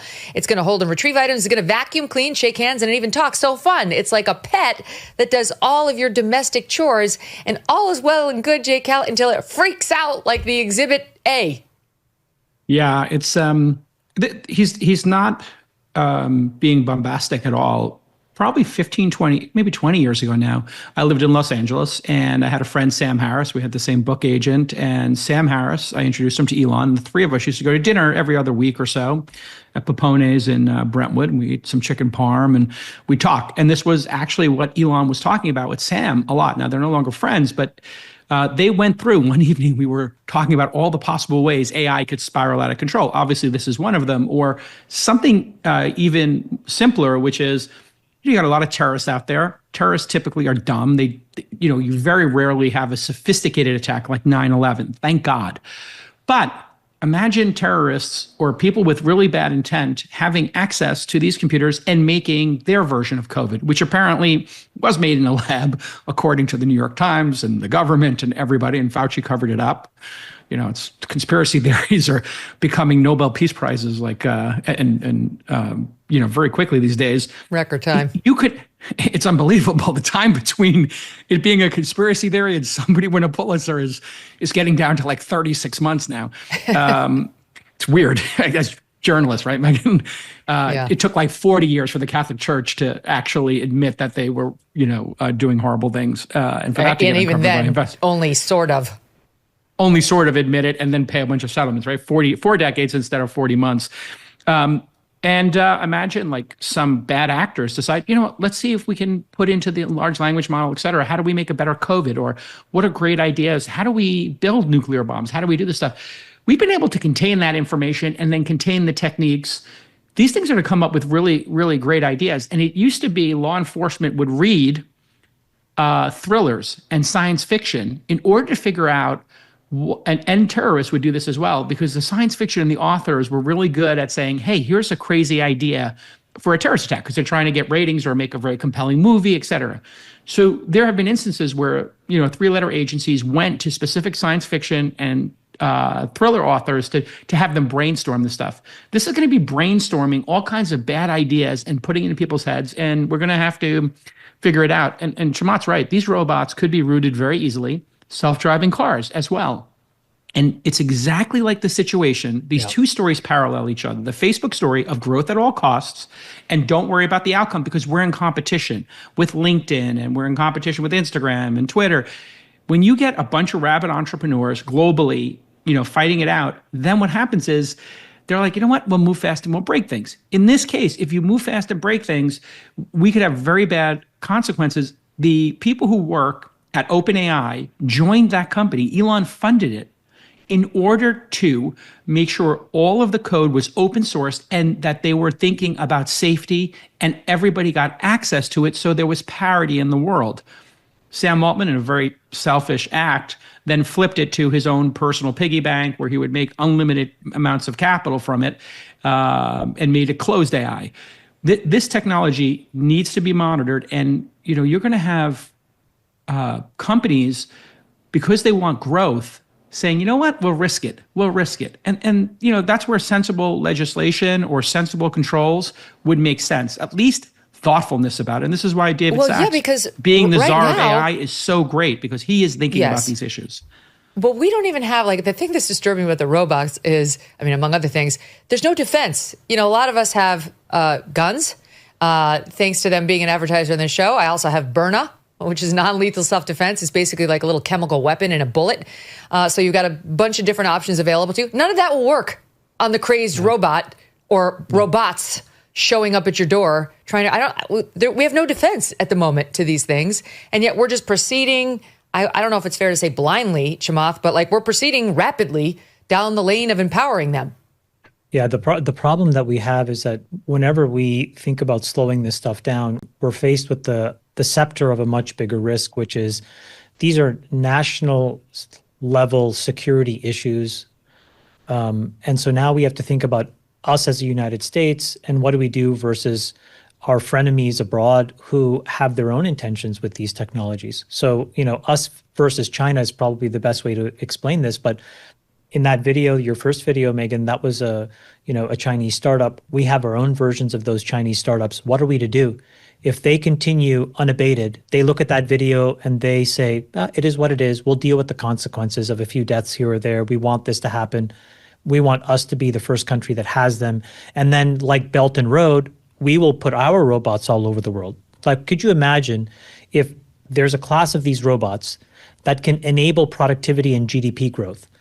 And instead of financing roads and waterways in Africa or in Asia, China just shows up with just boatloads and boatloads of these robots to do the work for folks and then just uplift entire societies.